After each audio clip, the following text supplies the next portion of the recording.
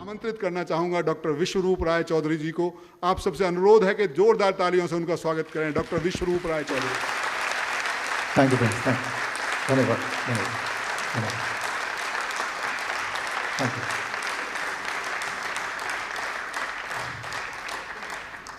अभी एक रिसर्च से पता चला है कि जो लोग इस तरह के सेमिनार में आके तालियां बजाते हैं उनकी उम्र 15 साल ज़्यादा होती है। Thank you, thank you, thank you.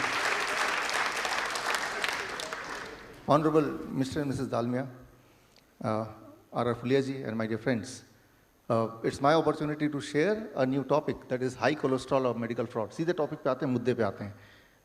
High cholesterol क्या है अगर आपको पता है तो ये लेक्चर आपके लिए आसान है, और हाई कोलेस्ट्रॉल या कोलेस्ट्रॉल क्या है अगर आपको नहीं पता तो ये लेक्चर आपके लिए और आसान है, क्योंकि जो भी कुछ आपको पता है दैट इज जस्ट रॉन्ग। तो इस सेमिनार को, इस ट्रेनिंग को मैंने 3 भाग में डिवाइड किया है। पहला भाग कंसेंसस, सहमति, दूसरा कंस्पिरेसी यानी कि साजिश, और तीसरा है समाधान। लेकिन आगे बढ़ने से पहले मैं आपसे 3 सवाल पूछूंगा। इनके जवाब आपको अभी नहीं देने, बाद में दे सकते हैं। पहला सवाल, dengue is an infectious disease, yes और no? So normally it is. दूसरा सवाल, heart disease is an infectious disease, yes और नो? तीसरा सवाल, high cholesterol causes heart disease, yes और नो? राइट। ये जो भी सवाल हैं इनके जवाब इस लेक्चर के बाद वो फीडबैक फॉर्म में तब भरना है।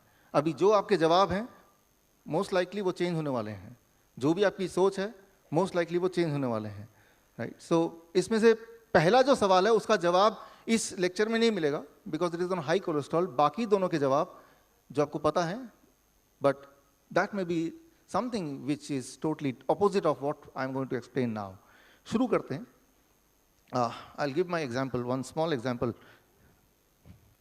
कभी आपने सोचा है कि अंडा है, इसको अगर 99.5 डिग्री पे रखें, 50 to 60% ह्यूमिडिटी पे रखें, एक प्रॉपर एनवायरनमेंट दें और ऐसा हम 21 दिन तक करें, इसके अंदर से एक लाइफ, एक जिंदगी निकल के आती है। कभी ये सोचा इसके अंदर ऐसा क्या है which converts into A life just by putting it in a particular temperature, in a particular humidity? इसके अंदर क्या है अगर आप इसको लैब में देंगे कि ऐसा क्या है जिससे जिंदगी बनती है, या ऐसा क्या है अगर वो ना हो तो जिंदगी नहीं बनेगी? तो आपको ताज्जुब होगा, इसमें जो 62% of the energy is cholesterol, is cholesterol, high cholesterol. अगर वो हाई का मीडियम हो जाए तो इसमें जिंदगी नहीं बन सकती, right. So it is so important not just for the birth of a bird but also for the human as well. इंसानों के लिए भी, हर जिंदगी के लिए जो पैदा होते हैं हम, उसमें the most amount of contribution along with other molecules, other chemicals is high cholesterol। वो इतना ज़्यादा कि जो females, those women, those who want to get pregnant, उनके लिए बड़ी इंपॉर्टेंट बात है कि उनका कोलेस्ट्रॉल हाई होना बहुत इंपॉर्टेंट है। और ये सख्त चेतावनी है कि ऐसे females, they should not take anything और any drugs which may reduce the cholesterol. इसीलिए कोलेस्ट्रॉल को घटाने की जितनी सारी दवाइयां हैं उनको कैटेगरी एक्स का नाम दिया है, category x, right. So category, what is category x? ये एफडीए का दिया हुआ है, category x, right. So that means people or the women who want to get pregnant, they should not take this drug, cholesterol lowering drug। और अगर लेंगे तो number 1, या तो बच्चा नहीं होगा, और होगा तो बहुत सारे डिफॉर्मिटीज के साथ होगा, राइट। एफडी, व्हेन आई से एफडीए, एफडीए का मतलब food and drug administration, India वाला नहीं, यूएस वाला। इंडिया वाला तो उसका फॉलो करता है, तो इंडिया वाले की कोई जरूरत नहीं है, राइट। यूएस में जो बता दिया that is being followed by India. So cholesterol is life, right. So statin, जो अभी कोलेस्ट्रॉल के लिए जो दवा देते हैं वो दवा है स्टैटिन, एक ही दवा है स्टैटिन। उसके कई सारे रूप होंगे, बट जो भी कोलेस्ट्रॉल की दवा कैसे पहचानेंगे, उसके पीछे स्टैटिन लिखा होगा, that is a cholesterol drug, right. And statin is a cholesterol lowering drug. So इसमें it is not just for women, even for man, right. अगर जो लोग फादर बनना चाहते हैं, जो लड़के, राइट, अगर वो कोलेस्ट्रॉल लोअरिंग ड्रग ले लेंगे, चांसेस आर कि उनके इनफर्टिलिटी बढ़ जाएगी, चांसेस आर उनका स्पर्म में एबनॉर्मलिटी अबाउट 11% हो जाएगा अगर कुछ दिन तक भी लिया तो।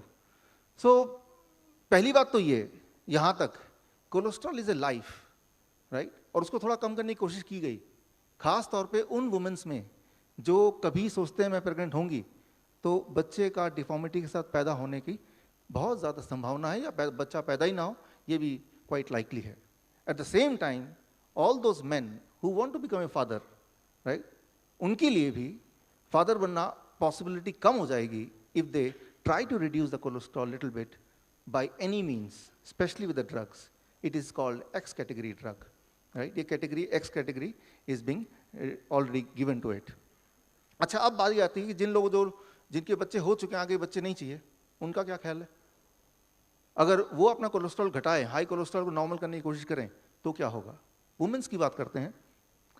वुमेन्स का, if they take cholesterol lowering drug, the chance of breast cancer in increases by 11 times, 11% नहीं बोल रहा, 11 गुना बढ़ जाता है, राइट। सो मैंने इसमें वही सारे ट्रायल्स, वही सारे उदाहरण लिए हैं, जो उदाहरण ऑलरेडी एस्टैब्लिश्ड हैं, जो उदाहरण के बेसिस को रखते हुए ही कोलेस्ट्रॉल की दवाइयों को प्रिस्क्राइब करने की बात फैलाई गई है, या उसको प्रोटोकॉल का पार्ट बनाया हुआ है।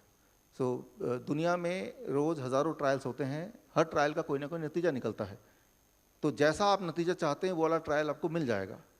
लेकिन कॉन्ट्रडिक्शन को ख़त्म करने के लिए, कन्फ्यूजन को ख़त्म करने के लिए, या कोई आर्गूमेंट कर सकता है कि ट्रायल तो कुछ भी कहता है। I have taken specially only those trials which are been approved by FDA themselves, right. और ये सारे ट्रायल्स जो मैं आपको दिखाने वाला हूँ, हो सकता है आपको याद ना रहे आखिर तक, तो जाते हुए आपको एक कार्ड मिलेगा, उसमें जो भी मैंने बोला उसकी रेफरेंसेस आपको मिल जाएंगे। क्योंकि जब आप जाएंगे, कोई डॉक्टर या आपका दोस्त कोई कन्फ्रंट करेगा और आप ये सारी बात बताएंगे, तो हो सकता है कि उनको विश्वास ना हो या वो खारिज कर दें, और फिर आप कन्फ्यूजन में होंगे। So whatever I am going to say today, right, you are going to get a card, उसमें वो सारे मेडिकल रेफरेंसेस होंगे, राइट, मेडिकल जर्नल्स के पूरे रेफरेंस, एंड देन उसको उस रेफरेंस तक आप पहुंच सकते हैं इजीली, वो पूरा लिंक्स आपके पास होगा। सो FDA वार्निंग 2012, राइट, कि अगर आप कोलेस्ट्रॉल लोअरिंग ड्रग लेंगे तो वार्निंग है, डायबिटीज हो सकता है, मसल डैमेज हो सकता है, and most important is memory loss हो सकता है या होगा ही होगा, राइट, दोनों एक ही बात है। हो सकता है वो बोलते हैं क्योंकि कोई चीज़ मेडिकल साइंस में डेफिनेट बोलना अलाउड नहीं है, यू कैनॉट से डेफिनेटली, इसीलिए हो सकता है वर्ड यूज़ किया, बट द रियलिटी इज वो होगा, it will happen, right. So specially यहाँ पे तीनों में से सबसे ज़्यादा इंटरेस्टिंग है out of all this memory loss. Interesting बात यह है कि हमारा ब्रेन, उसको पूरा खोल के आप देखें तो उसमें भी 50% ज़्यादा कोलेस्ट्रॉल है, और ब्रेन अपना कोलेस्ट्रॉल खुद बनाता है, बॉडी से नहीं लेता। कोलेस्ट्रॉल इतना इंपॉर्टेंट है, और कहीं जो ब्रेन ने कोलेस्ट्रॉल बनाया वो बॉडी ना ले ले, तो भगवान ने एक बैरियर बना दिया, ऐसे कहते हैं ब्लड ब्रेन बैरियर, राइट। तो ब्रेन अपना कोलेस्ट्रॉल खुद बनाता है, वो किसी और से शेयर नहीं करता है, और पूरे बॉडी का जो टोटल कोलेस्ट्रॉल है उसका 25% is being utilized by the brain themselves. जबकि पूरे बॉडी का अगर वेट करें, ब्रेन का वेट है about 1 to 2% of the whole body, जबकि कोलेस्ट्रॉल की यूटिलाइजेशन अबाउट 25%। तो जैसे ही आप कोई दवा लेंगे, कोलेस्ट्रॉल को घटाएंगे, तो ब्रेन की कोलेस्ट्रॉल घटते ही मेमोरी लॉस, एंजाइटी या रेस्टलेसनेस या बहुत सारे और बीमारियों की शुरुआत हो जाती है। हो जाएगी कि नहीं? हो जाती है। That is it has to happen because your brain functions more or less on cholesterol, right? So अब सवाल ये आता है कि जब क्लियर इतने एविडेंसेस हैं, all the evidence are very clear, right, clear cut है, तो फिर ये कोलेस्ट्रॉल दवा देते क्यों है डॉक्टर?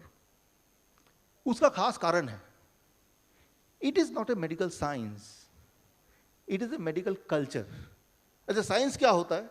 साइंस ये होता है कि जो हर बार वो डुप्लीकेट हो सके, 2 into 2 4, दैट इज, वो इधर भी 4 है, फ्रांस में भी 4 होगा, जर्मन में जाएंगे वहां भी 2 into 2 4 ही होगा, तो हो गया साइंस। एक होता है कल्चर, यानी कस्टम, राइट, जैसे प्रथा, हमारे हिंदू धर्म की कुछ प्रथा है या प्रथा रही है, तो प्रथा हर जगह के अलग अलग हो सकते हैं, और प्रथा के लिए कोई साइंस की जरूरत नहीं, कोई लॉजिक की जरूरत नहीं, वो प्रथा है, वो अपने आप में लॉजिक है, right? Medical science, it is not medical science, it is medical culture. मैं उदाहरण देता हूं आपको।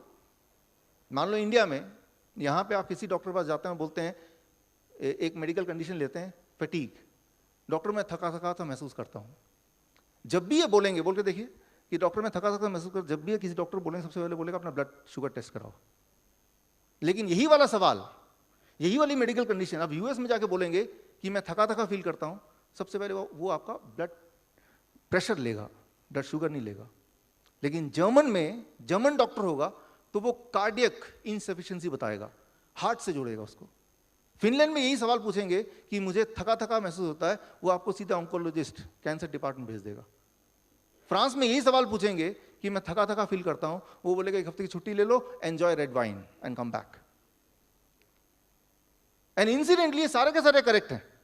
उसका शुगर का इलाज शुरू हो जाएगा, वो ठीक फील करेगा, उसका ब्लड प्रेशर की गोली शुरू हो जाएगी, वो भी ठीक फील करेगा, जो एक हफ्ता को छुट्टी लेके वापस आएगा वो भी ठीक फील करेगा, राइट?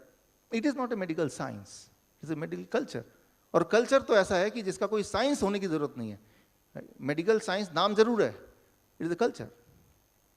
पिछले दिनों जापान में हमारे एक नए पार्टनर बने, डॉक्टर स्माइल, उनकी कंपनी है डॉक्टर स्माइल लिमिटेड, आप नेट पे जाएंगे, बहुत बड़ी कंपनी है। मैंने उनसे पूछा कि इंडिया में heart disease is the highest, Japan में heart disease in the world is the lowest, तो ऐसा कैसे? कुछ तो होगा ना अनोखा, तो so that we can do that, उसको हम यहाँ अपना लें। उनका कहना है कि वो इसलिए कम है हार्ट डिजीज, या हार्ट डिजीज से डेथ, या हार्ट अटैक से death rate is very less, lowest in Japan, because वहाँ पे हार्ट अटैक से मरना बुरी बात मानी जाती है। मतलब दिल कमजोर है, हार्ट से डेथ हो गया, हार्ट डिजीज से, दिल कमजोर, दिल का आदमी है, राइट? तो कोई भी नहीं चाहेगा कि उसके पिताजी, उसके भाई या उसके रिश्तेदार को कमजोर दिल का बोला जाए। इसलिए जब भी किसी की डेथ होती है सडन, तो वो हार्ट डिजीज नहीं लिखते, वहां पे ब्रेन स्ट्रोक से डेथ होना बहुत अच्छी बात मानी जाती है, यानी कि इंटेलिजेंट था, दिमाग बड़ा तेज था, दिमाग का बड़ा यूज होता था। तो वहां पे highest amount of brain stroke in the world. अब अंडरस्टैंड कीजिए, हार्ट डिजीज और ब्रेन स्ट्रोक का कॉमन कॉज क्या है? ब्लॉकेज। ये कैसे हो सकता है कि वहां पे हार्ट डिजीज बिल्कुल ही लो है, heart attack rate and brain stroke rate बिल्कुल ही हाई है? मैं ये बोलना चाह रहा हूं कि जब भी डेथ सर्टिफिकेट बनता है, या WHO कैसे पता लगाती है कि कहां पे सबसे ज्यादा हार्ट डिजीज है, कहां पे सबसे ज्यादा ब्रेन स्ट्रोक के पेशेंट हैं? WHO के पास एक ही टूल है, दैट इज वो वहां के डेथ सर्टिफिकेट के रिकॉर्ड्स को चेक करती है, and that becomes the data. But वो रिकॉर्ड अपने आप में कितना ऑथेंटिक है, ये इस बात से पता चलेगा, दैट इज जर्मन साइंटिस्ट, उन्होंने ये प्रूव किया कि जो डेथ सर्टिफिकेट में लिखा जाता है, अक्सर एटलीस्ट आधे टाइम वो एक्चुअली होता नहीं है। क्योंकि किस चीज से इंसान मरा है, वो उसकी शक्ल देख के आप अंदाजा नहीं लगा सकते, वो अंदाजा गलत हो सकता है। सिर्फ एक्यूरेट तब पता चलेगा जब ऑटोप्सी करेंगे, कोरोनर, जो लोग ऑटोप्सी करते हैं वो कोरोनर। लेकिन इंडिया की बात करें तो हर 100 डेथ में सिर्फ एक जिसका डेथ थोड़ा सस्पिशियस होता है, वो कोरोनर के पास जाता है। कोरोनर बहुत ज़्यादा नहीं इंडिया में, वेरी लेस, राइट? तो जो डेथ रेट, उसका जो सर्टिफिकेट है, उसके बेसिस पे कोई कंक्लूजन है, that conclusion can be a medical culture, it may not be a medical science, right? Culture मतलब कस्टम, कस्टम मतलब रीति रिवाज, रीति रिवाज मतलब हमारे पास्ट के बिलीव क्या थे, उसका इन्फ्लुएंस होना, उससे बना है ये सारा मेडिकल सिस्टम। अब आज हमारी बात करनी है हमें हाई कोलेस्ट्रॉल, कोलेस्ट्रॉल की दवा क्यों चलती है, कोलेस्ट्रॉल क्या होता है, कोलेस्ट्रॉल से जुड़ा हुआ सारा कुछ। ये सारा कुछ कब शुरू हुआ? 1940 और 50s में heart death rate, heart attack ज़्यादा होने लगे पूरी दुनिया में। तो एक साइंटिस्ट या एक न्यूट्रिशनिस्ट थे, उनका नाम था एंसल कीज। उनको यूएस गवर्नमेंट ने एक काम दिया कि आप ये पता लगाओ कि हार्ट अटैक होते क्यों हैं, उसका कॉज क्या है। इसके लिए उनको $20,000 मिलियन उस समय का ग्रांट किया, और सालों साल उन्होंने डेटा इकट्ठा किया, और फाइनली 1975 में उन्होंने एक ग्राफ दुनिया के सामने रखा। इस ग्राफ में इन्होंने प्रूव किया, आप देखिए यहाँ पे 7 कंट्री स्टडी के नाम से पॉपुलर हुआ, कि जो देश के लोग कम फैट या जो देश लोग कम कोलेस्ट्रॉल खाते हैं या जिनका कोलेस्ट्रॉल कम होता है, राइट, उनकी हार्ट डेथ रेट भी कम होती है, right. Can you see this? So here the death rate is less if the cholesterol is less. जिन देश में ज़्यादा कोलेस्ट्रॉल खाया जाता है या ज़्यादा फैट खाया जाता है उनमें डेथ रेट भी ज़्यादा है. तो पहली बार दुनिया को 1975 में एक नया थ्योरी मिला कि ज़्यादा कोलेस्ट्रॉल मतलब ज़्यादा हार्ट डिजीज़, कम कोलेस्ट्रॉल मतलब कम हार्ट डिजीज़. लेकिन यहाँ पे एक इंटरेस्टिंग बात है. मान लेते हैं कि ये सारा कुछ, फिर मैंने आपको बताया ना वो डेथ सर्टिफिकेट पे बेस्ड डेटा है, लेकिन एक बार को अगर ये मान लें कि ये सच भी है, कम फैट कंजम्पशन मीन्स कम हार्ट डिजीज़, ज़्यादा fat and cholesterol consumption means ज़्यादा हार्ट डिजीज़. ऐसा इन्होंने 7 कंट्री का 7 कंट्री स्टडी का पूरा रिपोर्ट सामने रखा. लेकिन मैं आपको हम और आप मिलकर एक नया ट्रायल करते हैं. जितने भी लोग मरते हैं उनके बाल देखते हैं और हम ये देखते हैं कि ज़्यादातर लोग जिनकी मृत्यु हुई है उनके बाल सफ़ेद थे. इसका मतलब सफ़ेद बाल कारण है मृत्यु का, राइट. तो हम एक फॉर्मूला, एक प्रोडक्ट निकालते हैं, काली मेहंदी. ये मेहंदी लगा लो तो मृत्यु का कारण भी घट जाएगा. So try to understand. ये जरूर है, ये करेक्ट है कि जो लोग मरेंगे उनमें ज्यादातर लोगों के सफेद बाल होंगे, लेकिन क्या that is called correlation. But correlation may not be the cause. वो कारण नहीं हो सकता, वो पैरेलल कोरिलेशन हो सकता है. So correlation may not be the cause. ये हो सकता है कि कोलेस्ट्रॉल ज्यादा भी है और उनको हार्ट की डिजीज भी है. जैसे जिनके सफेद बाल हैं यानी कि उनकी उम्र ज्यादा है तो उन्हीं में से किसी की मरने की संभावना है. लेकिन बाल को अगर हम आर्टिफिशियली काला कर देंगे तो हमारी आयु बढ़ जाएगी, ऐसा नहीं है. In the same way correlation may not be the cause. लेकिन इंटरेस्टिंग बात यहाँ पे मेडिकल साइंस एजम्पशन की साइंस है. उन्होंने ये देखा कि कोलेस्ट्रॉल ज्यादा तो डेथ रेट ज्यादा, इसका मतलब ऑटोमेटिकली कोलेस्ट्रॉल कम तो death rate come. That means किसी का कोलेस्ट्रॉल कैसे भी कम कर दो, उम्मीद है कि डेथ रेट कम हो ही जाएगी. इस आधार को मानते हुए कोलेस्ट्रॉल की सारी ड्रग्स को अप्रूवल मिल जाता है. कोई भी ड्रग जो पहली आई, दूसरी आई, तीसरी आई, इस एजम्पशन पे कि हम दवा देंगे, कोलेस्ट्रॉल की दवा और कोलेस्ट्रॉल लोगों में घट जाएगा, expectedly heart disease, heart death rate भी घट जाएगा. That was the initial thing. और ऐसा, लेकिन साथ में नजर भी रखेंगे कि ऐसा एक्चुअली हो रहा है जैसा हमने सोचा था.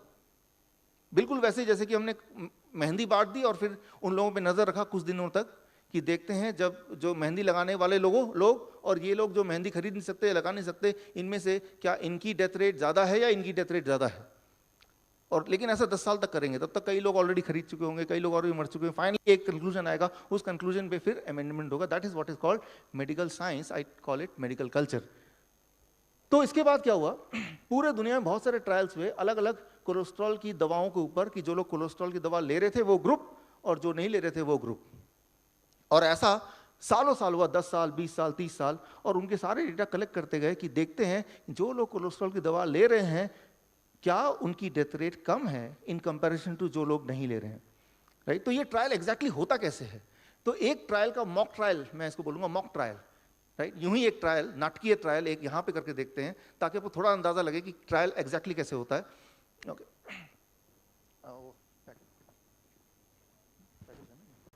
ओके. तो मान लीजिए मैं कोलेस्ट्रॉल ट्रायल करना चाहता हूँ. ये हमारा पूरा ट्रायल का वॉलंटियर्स हैं, आप लोग वॉलंटियर्स हैं. इसमें 2 ग्रुप बना दिए, ग्रुप 1 ये सारे, राइट, और ग्रुप 2 ये दोनों तरफ के, क्योंकि ये दोनों तरफ में जितने सीट्स हैं उतने ही सीट्स बीच में भी हैं. ग्रुप 1 जो स्टैटिन कोलेस्ट्रॉल लोडिंग ड्रग लेंगे अगले 1 साल तक, और ग्रुप 2 ये लोग नहीं. और 1 साल में देखते हैं क्या होता है. 1 साल बाद हम देखेंगे इनमें से कितने लोग की डेथ हो गई हार्ट डिजीज से और बाकी में से कितने की डेथ हो गई, तो सामने क्लियर हो जाएगा. तो ऐसा इन्होंने किया और ऐसा इन्होंने इतने सारे ट्रायल्स किए. ये वो ट्रायल्स है जिनको FDA ने इंक्लूड किया अपने डिसीजन मेकिंग के लिए, इसीलिए मैंने इनका नाम लिया. इन सारे ट्रायल का जो निचोड़ है, उन निचोड़ को हिंदी इंग्लिश में बोलते हैं मेटा एनालिसिस. सारे ट्रायल को मिला दिया, अब फाइनल कंक्लूजन क्या है, that is important, that is called Meta analysis. Meta analysis ये कहती है 172 people taking statin for 1 year will prevent only 1 heart attack. इसको मैं ट्रांसलेट करता हूँ कि मान लीजिए यहाँ पे एग्जैक्टली ये कुर्सियाँ भी मेरे ख्याल से 180 के करीब हैं या 200 के करीब है. 172 लोग यहाँ बैठे हैं और इधर मिला के 172 लोग बैठे हैं. तो 1 साल तक हमने आप वाले ग्रुप में स्टैटिन दिया, दवा दी, और आपका 1 साल में 9 लोग हार्ट अटैक से मरे और इस ग्रुप में 10 लोग मरे, तो कितने का डिफरेंस हो गया? 1। तो ये 1 का डिफरेंस काफ़ी है मेडिकल साइंस के लिए कि देखा ये लोग स्टैटिन खा रहे थे, कम से कम एक डेथ रेट तो एक आदमी तो बचा ना, राइट? तो ये बेसिस है। अच्छा, मान लेते हैं ये बेसिस है भी, लेकिन बाकी जो 171 लोग हैं उनको तो कोई फायदा नहीं हुआ ना। अच्छा, ये भी मान लेते हैं क्या उनको कोई नुकसान हुआ, एक करके देख लेते हैं।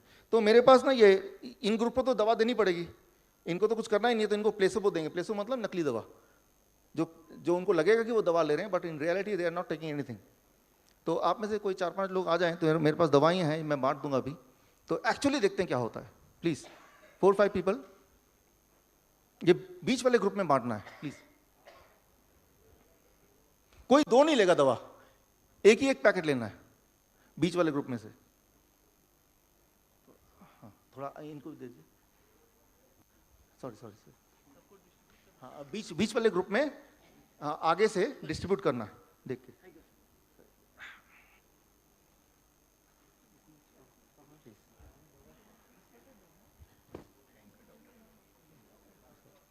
बीच वाले ग्रुप में डिस्ट्रीब्यूट करना है। अभी भी और हैं थोड़े से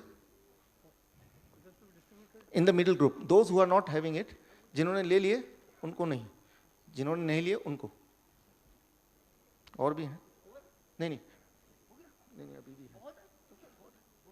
ये एग्जैक्टली 172 हैं, ये जो पैकेट्स हैं ये 172 ही हैं, बिकॉज मैं एग्जैक्टली दिखाना चाह रहा हूँ कि क्या होने वाला है। इसलिए ये सारे डिस्ट्रीब्यूट होने जरूरी हैं और बीच वाले ग्रुप में होने जरूरी हैं, और सबको एक एक ही लेना है। ओके, सो जब तक डिस्ट्रीब्यूट हो रहा है तब तक हम आगे बढ़ते हैं।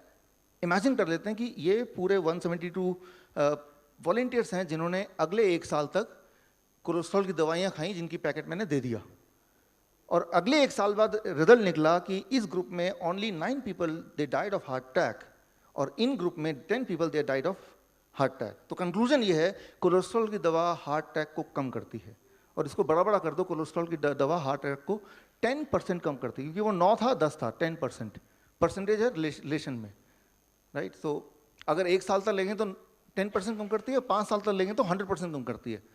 तो किसी को सुनने में लगेगा 100% कम करती है तो मतलब बहुत बड़ा चेंज है, जबकि in reality that may not be the case. लेकिन जो बाकी 171 लोग हैं जिनको अदरवाइज भी हार्ट अटैक नहीं होना था, या बाकी लोग हैं जिनको हार्ट अटैक वैसे भी नहीं होना था 1 साल में, उनको कुछ नुकसान तो नहीं हुआ। उनको ये नुकसान हुआ, आप सब अपने पैकेट में पर्ची उसको निकालिए, पर्चियां हैं उसमें निकाली। कोई भी बताए क्या लिखा है आपके पर्ची में? आप बताइए क्या लिखा है? हाँ, ब्रोंकाइटिस, और कुछ? Cough, chest pain, fatigue, anxiety, viral infection, sleep disorder, pulmonary disease, blood cancer, bronchitis, edema, sleep disturbance, weight gain, dizziness। अच्छा, तो मतलब ये कि 1 साल बाद अगर आप इन्हीं सब लोगों से मिलेंगे तो ऐसे ही कुछ इनसे सुनेंगे आप, राइट? उन सबको अगर आप इकट्ठा कर लें तो वो कितने सारे होते हैं, वो ये सारे होते हैं। इसके अलावा कैंसर, इसके अलावा डायबिटीज, इसके अलावा इनफर्टिलिटी, इसके अलावा मेमोरी लॉस, वो सब तो मैंने लिखा ही नहीं, बट ये सारे भी उसके साथ हैं। जैसे कोई बोलेगा कि मेरी एंजाइटी बढ़ गई है, या मेरा स्ट्रेस बढ़ गया है, मुझे मसल फटीग है, तो ये ऐसी चीज़ें हैं जिनको पैमाने में नापा नहीं जा सकता, कैलकुलेट नहीं किया जा सकता। तो डॉक्टर बोलेगा नहीं वो तो ऐसे ही है, उसको इग्नोर कर देगा। बट द ट्रूथ इज कि वो जो सारे ट्रायल्स हैं जो मैंने अभी दिखाया आपको, उन सारों का कंक्लूजन ये कहता है कि एक डेथ तो घट सकता है, हार्ट अटैक, डेथ नहीं हार्ट अटैक घट सकता है, लेकिन उसके अगेंस्ट जो बाकी 171 लोग हैं उनमें हर एक में कम से कम इनमें से कोई 2 मिनिमम साइड इफेक्ट आ जाएंगे if they continue to take it for 1 year. So ये एक मिसमैच है, ये बैलेंस हुआ ही नहीं कहीं, राइट? और वो जो एक डेथ घटा, ये क्या पता वो बाई चांस है एक डेथ कम, या वो कोलेस्ट्रॉल की दवा की वजह से भी है, ये भी एक अपने आप में बड़ा सवाल है। खैर, इसको आगे हम चलते हैं और लेके इस सवाल के जवाब के लिए university of California and Los Angeles, उन्होंने क्या किया, 20 साल का डेटा इकट्ठा किया, 500 हॉस्पिटल्स में हार्ट अटैक के पेशेंट्स का रिकॉर्ड, और ये देखा उन 500 हॉस्पिटल्स में करीब 20 साल में 1,36,905 पेशेंट्स का रिकॉर्ड देखा, और देखा उन सब में से 75% लोगों का कोलेस्ट्रॉल लेवल नॉर्मल से लो था। अगर हार्ट डिजीज या हार्ट अटैक कोलेस्ट्रॉल की वजह से होता तो उन सब का कोलेस्ट्रॉल हाई मिला होता। सो ट्राई टू अंडरस्टैंड, इससे ये साफ क्लियर होता है there is no correlation between having a higher cholesterol and heart disease, there is no correlation. अब रहा सवाल, वो जो 7 कंट्री स्टडी थी जो बेसिस बना हाई कोलेस्ट्रॉल का, वो 7 कंट्री स्टडी में घपला क्या था, वो आया कहाँ से? एक्चुअली अगर उसको दोबारा से देखें, जब एंसल की आपको याद है, मैं बताता हूँ, यूएस ने कितना डॉलर दिया था उनको? $20,000 दिया था। उन्होंने जब अपना रिसर्च शुरू किया तो उन्होंने 22 कंट्रीज की स्टडी इंक्लूड की, 22 कंट्री इंक्लूड की। इन 22 कंट्रीज में मैं देखूंगा कोलेस्ट्रॉल का या हार्ट डिजीज से या किसी और चीज से क्या कनेक्शन है। उनमें से राइट ये देखा गया कि अलग अलग कंट्री के डॉट्स हैं और किसी का कोलेस्ट्रॉल लेवल नीचे है और हार्ट डिजीज डेथ ऊपर है, ये vertical line. This means Japan lowest cholesterol and lowest heart disease, US highest cholesterol highest heart disease, बाकी सारे कंट्री इनके बीच में है। तो इनमें से उन्होंने 7 वो कंट्री चुन लिए जो एग्जैक्टली इस लाइन में आ जाए, बाकी को उड़ा दिया और बताया भी नहीं कि मैंने 22 कंट्री को लिया था शुरू में, राइट। वो तो काफी बाद में 1990s में एक डच रिसर्चर ने दोबारा सारा कुछ देखा वापस, तो देखा कि वो तो 22 कंट्री थे। अब मान लीजिए आप और मैं रिसर्चर हैं, हम कुछ और प्रूव करना चाहते हैं, तो हम क्या करेंगे, 7 वो कंट्री ले लेंगे दूसरे वाले, राइट। मैंने भी अपने साथ ले लिए और इन 7 को जब मैंने लाइन मिलाया तो रिजल्ट ठीक उल्टा आया। जितना ज्यादा कोलेस्ट्रॉल होगा उतना हार्ट डिजीज कम होगा। अरे मैं अपना कंट्री क्यों नहीं ले सकता? एंसल कीनीज ने भी तो अपनी कंट्री सिलेक्ट किए थे, तो मुझे हक है कि मैं अपना कंट्री सिलेक्ट करूं। कौन से कंट्री लेने हैं, तो I have all the rights, right. तो मैं ये बोलना चाह रहा हूं जो कोलेस्ट्रॉल का थ्योरी की जो टोटल बेसिस है वो बेसिस आपके सामने है, और ये बात पता लगी 1990s में। तब तक ऑलरेडी ये बिजनेस काफी ग्रो कर चुका था। अब यहां तक तो बात है कंसेंसस की। अभी जो आम कंसेंसस है या जो सहमति है पूरे दुनिया में, वो सहमति का पार्ट जो मैं आपसे डिस्कस कर रहा था। अब कंस्पिरेसी क्या है? सवाल जो बड़ा है, why cholesterol lowering drugs are prescribed even more heavily.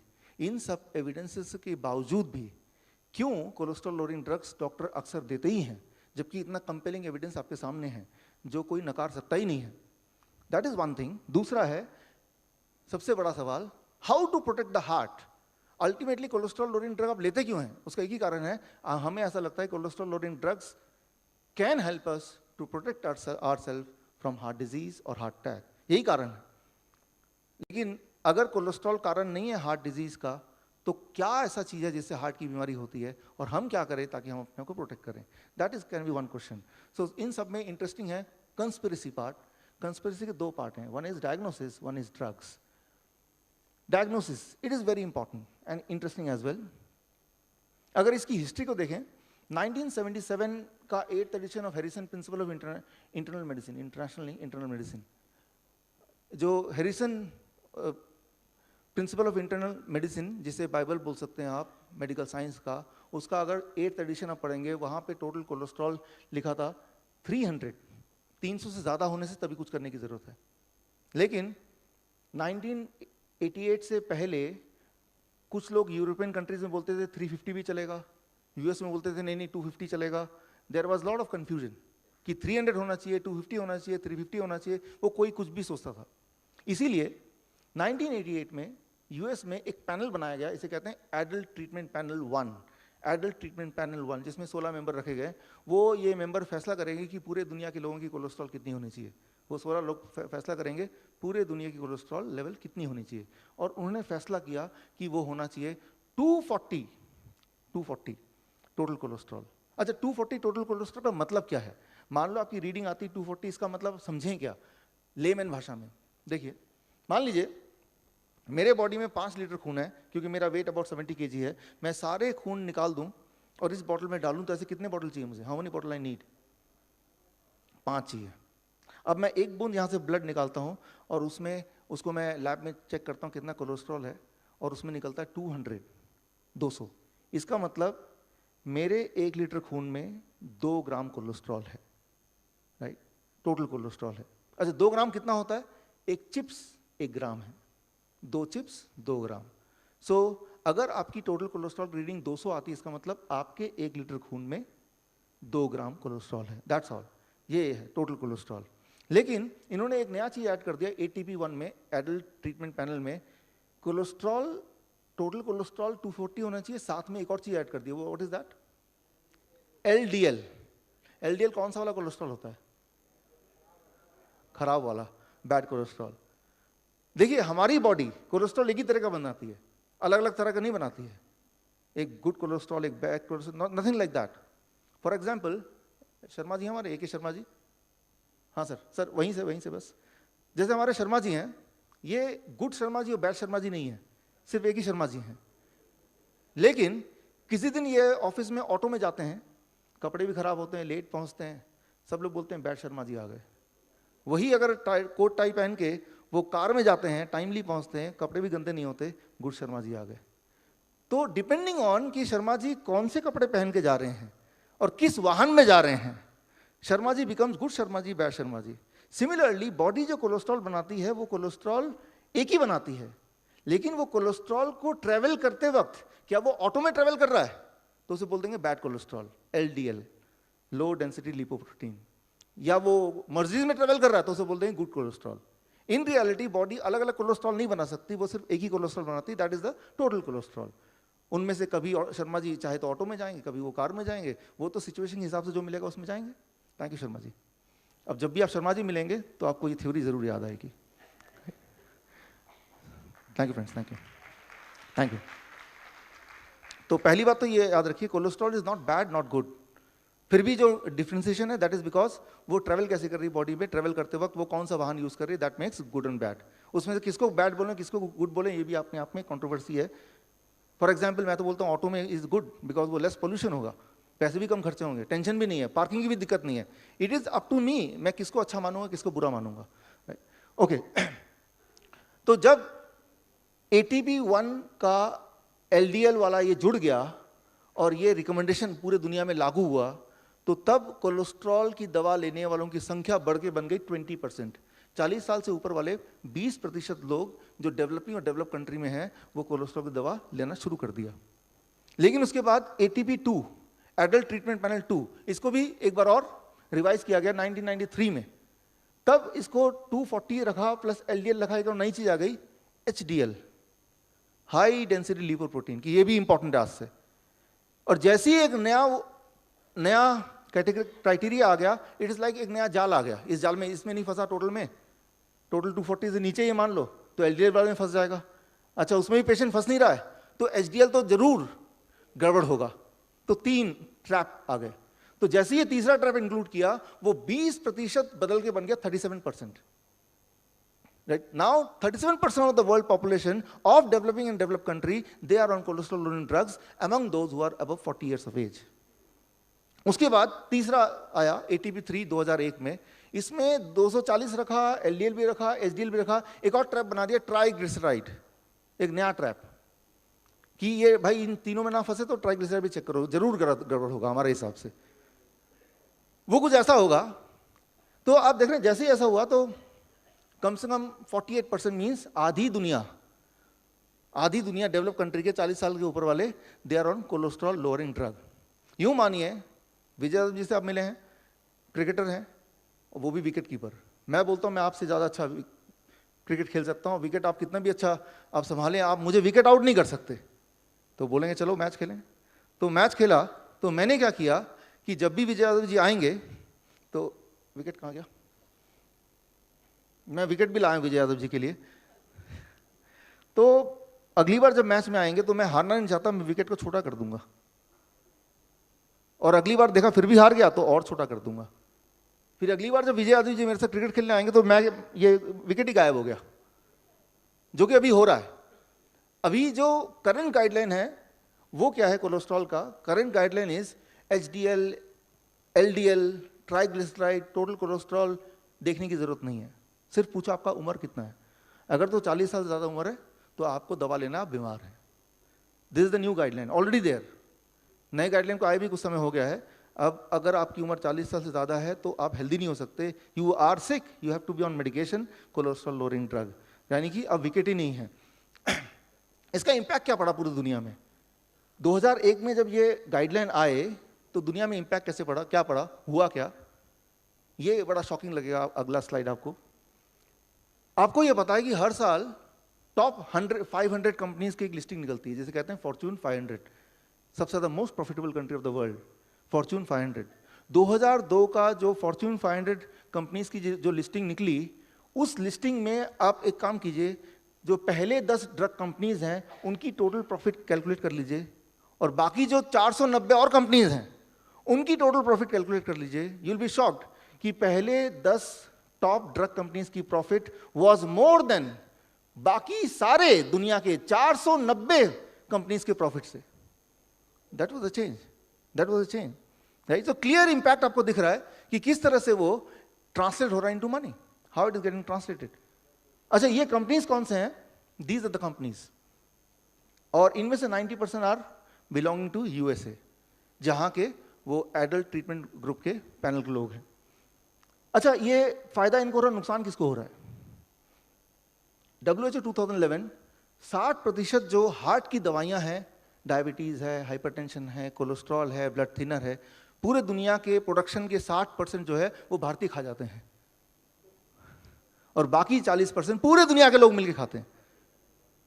So try to understand ये जो फायदा हुआ वो गया कहां से, right? You could clearly see that, right? वो फायदा तो इधर हुआ, लेकिन वो इनपुट आया कहां से? Something like this. मैंने एक कोशिश की कि ATP 3 में जो 30 मेंबर थे वो मेंबर कौन है ये पता लगाने की कोशिश की। उनमें से 17 का मुझे मिल गया पता। वो लोग कौन है उनका नाम मैं दिखाता हूं, ये उनके नाम है। और मैंने देखा कि वो सारे इन कंपनी से जुड़े हुए हैं, या तो कंसल्टेंट है, या तो वहां पे कोई पोस्ट है, या तो डायरेक्टर है, या तो साइंटिस्ट हैं वहां के। ये सारे ये लोग 17 लोगों की लिस्ट है। और ये कौन सी कंपनीज हैं?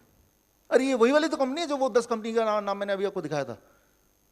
सो ट्राई टू अंडरस्टैंड, उन कंपनीज के एम्प्लॉय, उन कंपनीज के एजेंट, उन कंपनीज के जो साइंटिस्ट है, उन्हीं ने मिलके दे मेड दिस गाइडलाइन।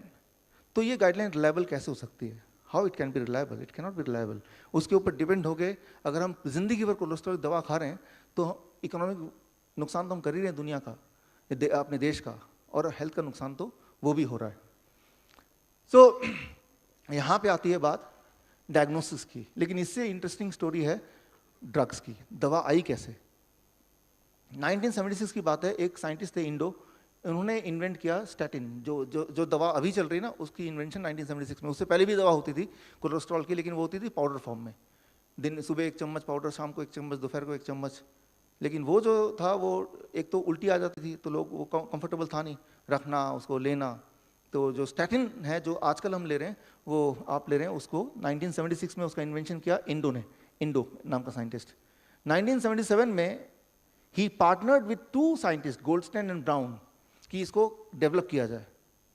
लेकिन वो पार्टनरशिप टूट गई, और पार्टनरशिप टूटने के बाद 1980 में ब्राउन एंड गोल्डस्टेन ने पेपर लिखा, उसमें ये लिखा कि स्टैटिन अगर आप लेंगे तो कैंसर हो जाएगा। तो पेपर की कॉपी मेरे पास है,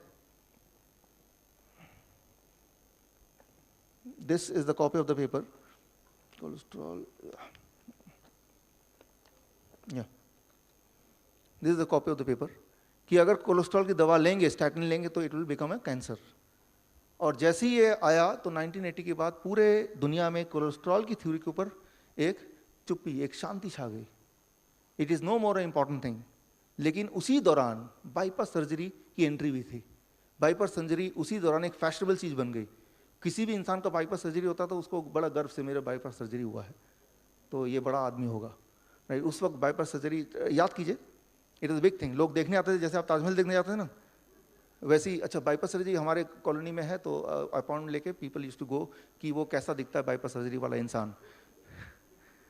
सो ऑलरेडी हॉस्पिटल के पास, डॉक्टरों के पास एक नई चीज़ आ गई, एक नया मुद्दा आ गया, एक नया मनी स्पिनर आ गया। उनका ध्यान कोलेस्ट्रॉल से हट गया। तो ऐसा कुछ साल चला, 3 साल, 4 साल, 5 साल।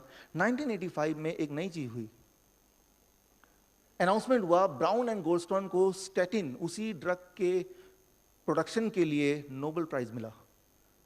और वो नोबेल प्राइज वाला लेक्चर की पूरी कॉपी मेरे पास है। उस लेक्चर में कहीं भी जिक्र नहीं है कि उन्होंने इनसे कैंसर होता है। अब वो गायब हो गया जिक्र, ये आप बाद में देख सकते हैं डिटेल्ड पूरा लेक्चर। अब उन्होंने ये बात गायब कर दी कि कैंसर हो सकता है। और उसके अगले 2 साल बाद 1987 में वो बन गए मर्क, जो पहली कंपनी में देखे दुनिया की सबसे बड़ी कंपनी, उनके कंसल्टेंट, और उन्होंने अप्रूव करा दी एफडीए में, और वही वाली दवा है जो हम आप ले रहे हैं। अब यहाँ पे इंटरेस्टिंग बात यह है कि 2004 में जो इन्वेंटर था इंडो, उनका कोलेस्ट्रॉल बढ़ा हुआ आया, तो उनको बोला कि आप क्या करेंगे, तो कहा मैं स्टैटिन नहीं लूंगा, मुझे जरूरत नहीं, बढ़े रहने दो। ये वॉल स्ट्रीट जर्नल में 2006 में पब्लिश हुआ था। सवाल ये है कि इन्वेंटर भी अगर ये दवा नहीं ले रहा है तो आप क्यों लेना चाहते हैं, राइट? सोचिए जरा। और वो रिटर्न स्टेटमेंट है, वो मेडिकल जर्नल में है, वॉल स्ट्रीट जर्नल 2006 में है।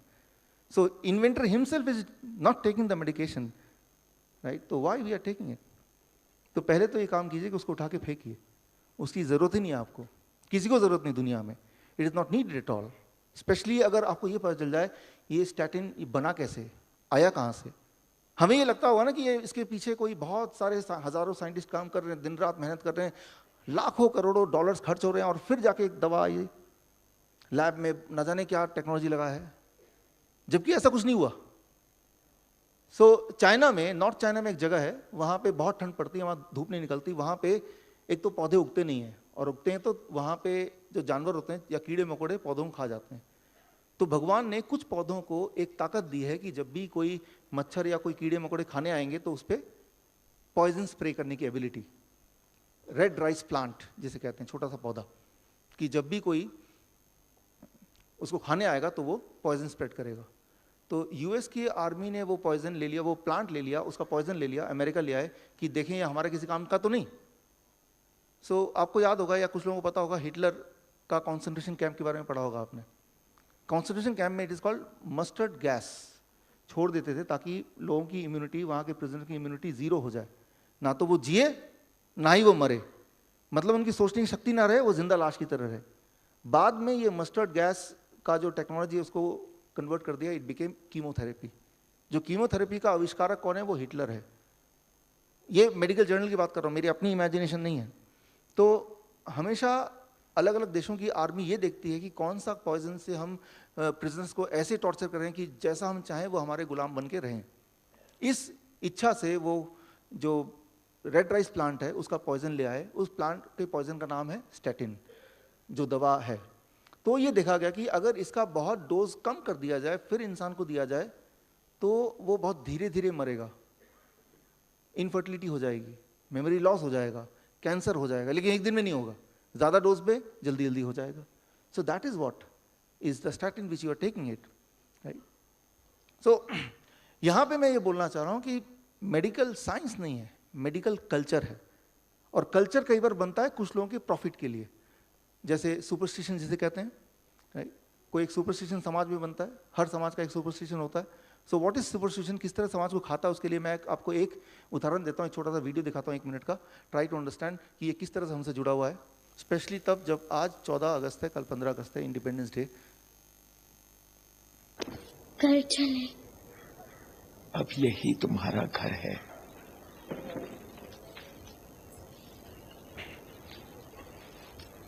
चल आ। पापा पापा हमको छोड़ो, हमने नहीं रहेंगे पापा, हमने नहीं रहेंगे। ब्राह्मण जिसके साथ चाहे सो सकते हैं, क्योंकि उसमें फायदा उस औरत का ही है।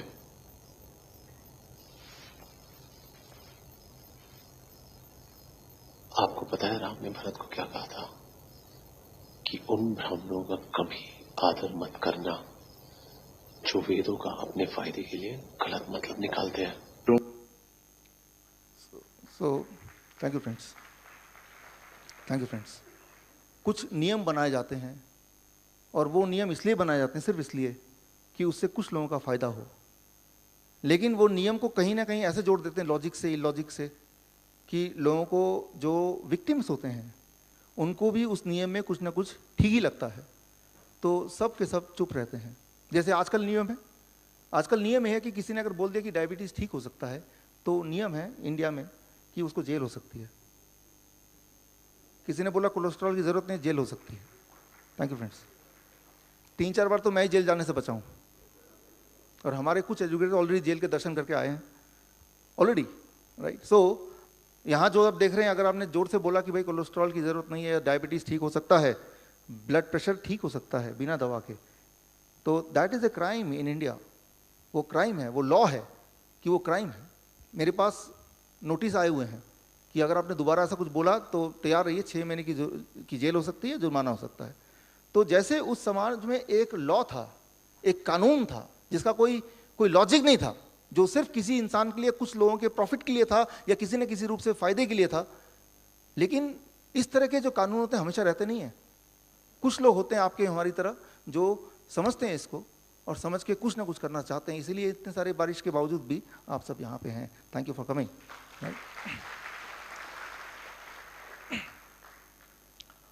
जब भी कभी लोग पास देखते हैं मेरा, और स्पेशली अगर डॉक्टर देखते हैं, तो पहले ही खारिज कर देते, हो ही नहीं सकता, राइट। तो हमारे दुनिया में कुछ कस्टम बन जाते हैं, because we are an emotional being, we are not an intelligent being. हम अपने कस्टम से अपने आप को जोड़ के देखते हैं, फिर वो कस्टम कितना भी गलत क्यों ना हो। तो अभी भी एक कस्टम चल रहा है कि हमें दवा खानी है, ये कस्टम का पार्ट है, ये रिलीजन का पार्ट है। इस रिलीजन का नाम है मेडिकल रिलीजन, लेकिन ये आपके फायदे का पार्ट नहीं है, ये तो पक्का है। और आज से अच्छा दिन नहीं हो सकता इससे आज़ादी पाने का, इसलिए इसको 14 अगस्त में रखा है, ताकि कल ना केवल खुद के लिए आज़ाद हो जाएं, राइट, इस दवा से मुक्ति मिल जाए, हमारे आसपास के जो लोग हैं उनको भी इससे आज़ाद कर दें। Thank you friends, thank you. लेकिन उसके लिए सब्जेक्ट को थोड़ा और डिटेल में समझना होगा आपको, ताकि करना क्या है वो एग्जैक्टली आप ठीक से बता पाएं।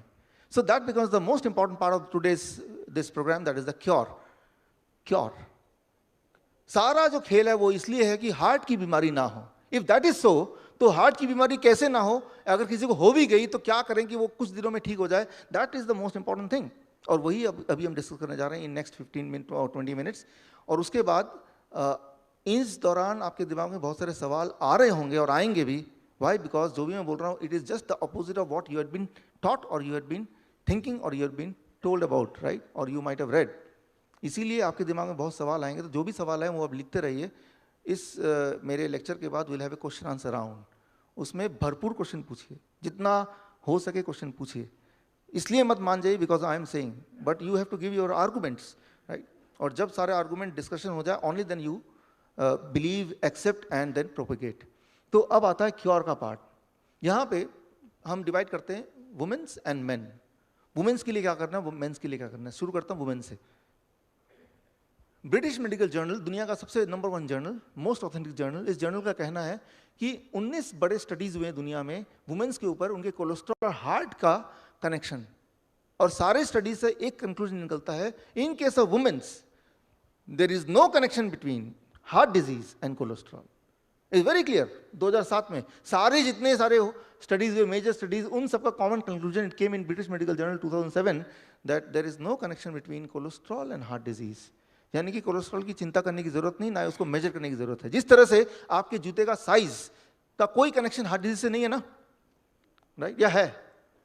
एक थ्योरी निकल जाए जिसके जूते का साइज कम है वो ठीक है, जिसके ज्यादा है वो ठीक नहीं है, फिर ऐसा जूता बनाए जिससे जबरदस्ती साइज कम किया जाए, राइट। तो जिस तरह से आपके जूते का साइज कुछ भी हो सकता है, उससे हार्ट डिजीज का कोई कनेक्शन नहीं है, ठीक उसी तरह से there is no connection between having a cholesterol level and the heart disease. और ये सिर्फ ब्रिटिश मेडिकल जर्नल नहीं कह रही है, national heart lungs and blood institute, national heart lungs and blood institute, ये गवर्नमेंट ऑफ यूएस का अपना इंस्टीट्यूट है और उनका अपना वेबसाइट है। उसमें अगर आप जाके देखेंगे तो उसमें ही लिखा है, study on 80,000 women for cholesterol and the result is no impact on women, right. If you are a women, need not to worry about cholesterol, even need not to test it. ये तो बिल्कुल clear है, और वो medical science के through ही clear है। So 50% तो जो पेशेंट है वो नॉन पेशेंट तो अभी बन जाते हैं by seeing these 2 slides, right. तो अब अगर मेंस हैं तो क्या करें? अगर मेन हैं तो इसी तरह की और फाइंडिंग्स कहती हैं अगर आपकी उम्र 50 साल से ज़्यादा है, 50 ईयर से ज़्यादा है, तो भी आपका कोलेस्ट्रॉल के बढ़ने या घटने का कोई कनेक्शन ही नहीं है आपके हार्ट डिजीज के होने या ना होने से। और अगर 50 साल से कम है, राइट, और कोलेस्ट्रॉल की थोड़ी बहुत कनेक्शन दिखती है, देयर इज स्लाइट कनेक्शन कि कोलेस्ट्रॉल जिनका बढ़ा होता है उनके चांसेस हार्ट डिजीज के ज़्यादा होते हैं। लेकिन अगर कोलेस्ट्रॉल लोअरिंग ड्रग लेके उसको घटाएंगे तो वो कुछ ऐसा ही होगा जैसे बाल सफ़ेद है तो हम काले बाल कर करके समझ लेंगे कि हमारी बॉडी भी ठीक हो रही है। तो ये ज़रूर है अभी तक की फाइंडिंग में कि 50 साल से नीचे के लोग वालों का अगर कोलेस्ट्रॉल थोड़ा बढ़ा होगा तो there is a slight chance that it may indicate little bit of heart disease, but that do not mean कि आप उसको ज़बरदस्ती घटाना शुरू कर दें by taking medication। क्योंकि जितने सारे ट्रायल हुए मेडिसिन के ऊपर, चाहे हम पहला ट्रायल ले लें 1998 का या आखिरी ट्रायल ले लें जो अभी रिलीज हुई है अप्रैल 3, 2016, पहला ट्रायल की रिपोर्ट मेरे यहाँ पे है इसी वक्त, और आखिरी ट्रायल जो अभी रिलीज हुई है उसकी भी पूरी रिपोर्ट यहीं पे इसी वक्त, राइट। और बीच वाले ट्रायल के बारे में मैंने बताया, या वो सारी रिपोर्ट भी मेरे पास है।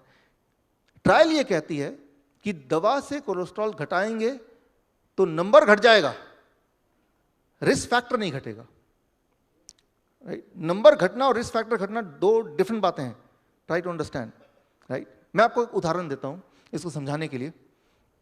आपका हैप्पीनेस टेस्टिंग किया गया था जब आप आ रहे थे? हैप्पीनेस कितने हैं आप में से पार्टिसिपेंट जिनके रीडिंग 20 से कम है? हाथ रेस करें। 20 से कम, 20 या 20 से कम, ओके। अच्छा, जिनके 20 और 40 के बीच में है वो हाथ रेस करें, ओके, काफ़ी। जिनका 40 और 60 के बीच में है, और जिनका 60 और 100 के बीच में है वो है, ठीक है, राइट। अब ये टेस्टिंग क्यों कराया, इसका मकसद क्या था, इसका मतलब क्या है? ये एक मशीन है जो कुछ साल पहले हमने अपने दोस्तों से मिलके इसको इन्वेंट किया, फिर IIT दिल्ली के रिसर्च सेंटर से अप्रूव किया। और इसमें क्या होता है, बायो फीडबैक कहते हैं, बायो फीडबैक। आप जैसा सोचते हैं वो सोच एक इलेक्ट्रिकल सिग्नल की तरह पूरे बॉडी में बहती है, और उस सोच को उस मशीन के थ्रू उसकी रीडिंग हम पता कर सकते हैं। ये कोई बड़ी बात नहीं है, बायो फीडबैक कहते हैं। और इसका ये मतलब है जिनकी रीडिंग 1 से 20 के बीच में है, 20 से नीचे है या 20 तक है, they are the happiest state of mind, सबसे ज़्यादा खुश। Thank you. मुझे पता आप उल्टा ही सोच रहे होंगे, राइट। जिनका 20 और 40 के बीच में है, they are in a stable state of mind, हाँ सब ठीक है, राइट, इवन ओके, राइट। जिनका 40 और 60 के बीच में है, they are in anxiety, right, anxiety state of mind, मतलब थोड़ा सा गड़बड़ है। और जिनका उससे ऊपर है, they are in a depressed state of mind. तो खैर वो लोग अभी तक खुश हो रहे थे तो बराबर हो गया, राइट। तो यहां तक तो सब ठीक है। लेकिन अब मैं क्या करता हूं, मैं और आप मिलकर एक बिजनेस शुरू करते हैं। उस बिजनेस में एक छोटा सा सोल्यूशन निकालते हैं, एक केमिकल बनाते हैं, एक ट्यूब, एक क्रीम। वो दोनों क्रीम, वो क्रीम क्या करेंगे, हम फिंगर में लगा देंगे। तो उससे क्या हो जाएगी, वो जो इलेक्ट्रिक सिग्नल ठीक से पास नहीं होगा, उससे नंबर कम आएगी। और मैं ये बोलूं कि मैंने एक ऐसी क्रीम बनाई उससे आपकी हैप्पीनेस बढ़ जाती है, यानी कि नंबर कम हो जाता है। और पहले नंबर करके देख लीजिए। अब आप ये क्रीम रोज लगाइए दिन में 2 बार, और हमारे लैब में आके नंबर दोबारा देख लीजिए, और जैसे नंबर देखेंगे तो कम है, यानी कि आपकी हैप्पीनेस ज्यादा है ना फिर, right. Thank you friend, thank you, thank you.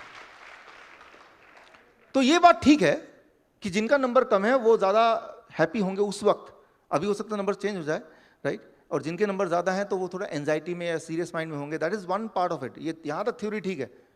लेकिन अगर क्रीम बना के यहाँ पे मैं जबरदस्ती शो करूँ नंबर कम हो गया, तो उससे रीडिंग के कम होने से आपका स्टेट ऑफ माइंड कम हो गया, ये चेंज हो गया। दैट इज समथिंग, राइट, जो कि यहाँ पे लॉजिक नहीं है। यहाँ पे दिस बिजनेस, इसे कहते हैं डिजीज मॉन्जरिंग।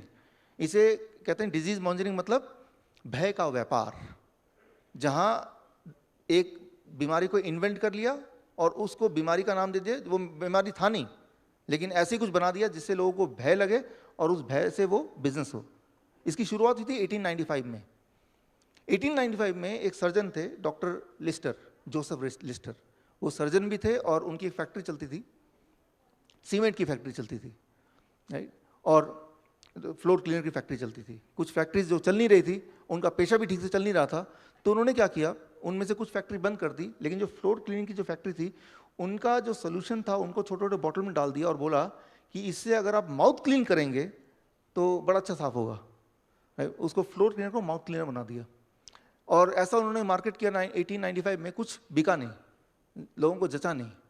फिर 5 साल बाद जब वो फेल हो गए, उन्हें आइडिया आया, मुंह के बदबू का एक नाम रखा उन्होंने, right, and then he started selling कि ये तो एक डिजीज है, right, it is a disease, halitosis, कि मुंह के बदबू को बोलते हैं हेलिटोसिस। अब डॉक्टर के पास जाते हैं, डॉक्टर क्या हो गया, डॉक्टर ने बोला आपको तो हेलिटोसिस की बीमारी है। अरे बाप रे, हेलिटोसिस है मुझे, तो क्या करना होगा, आपको ये लेना होगा।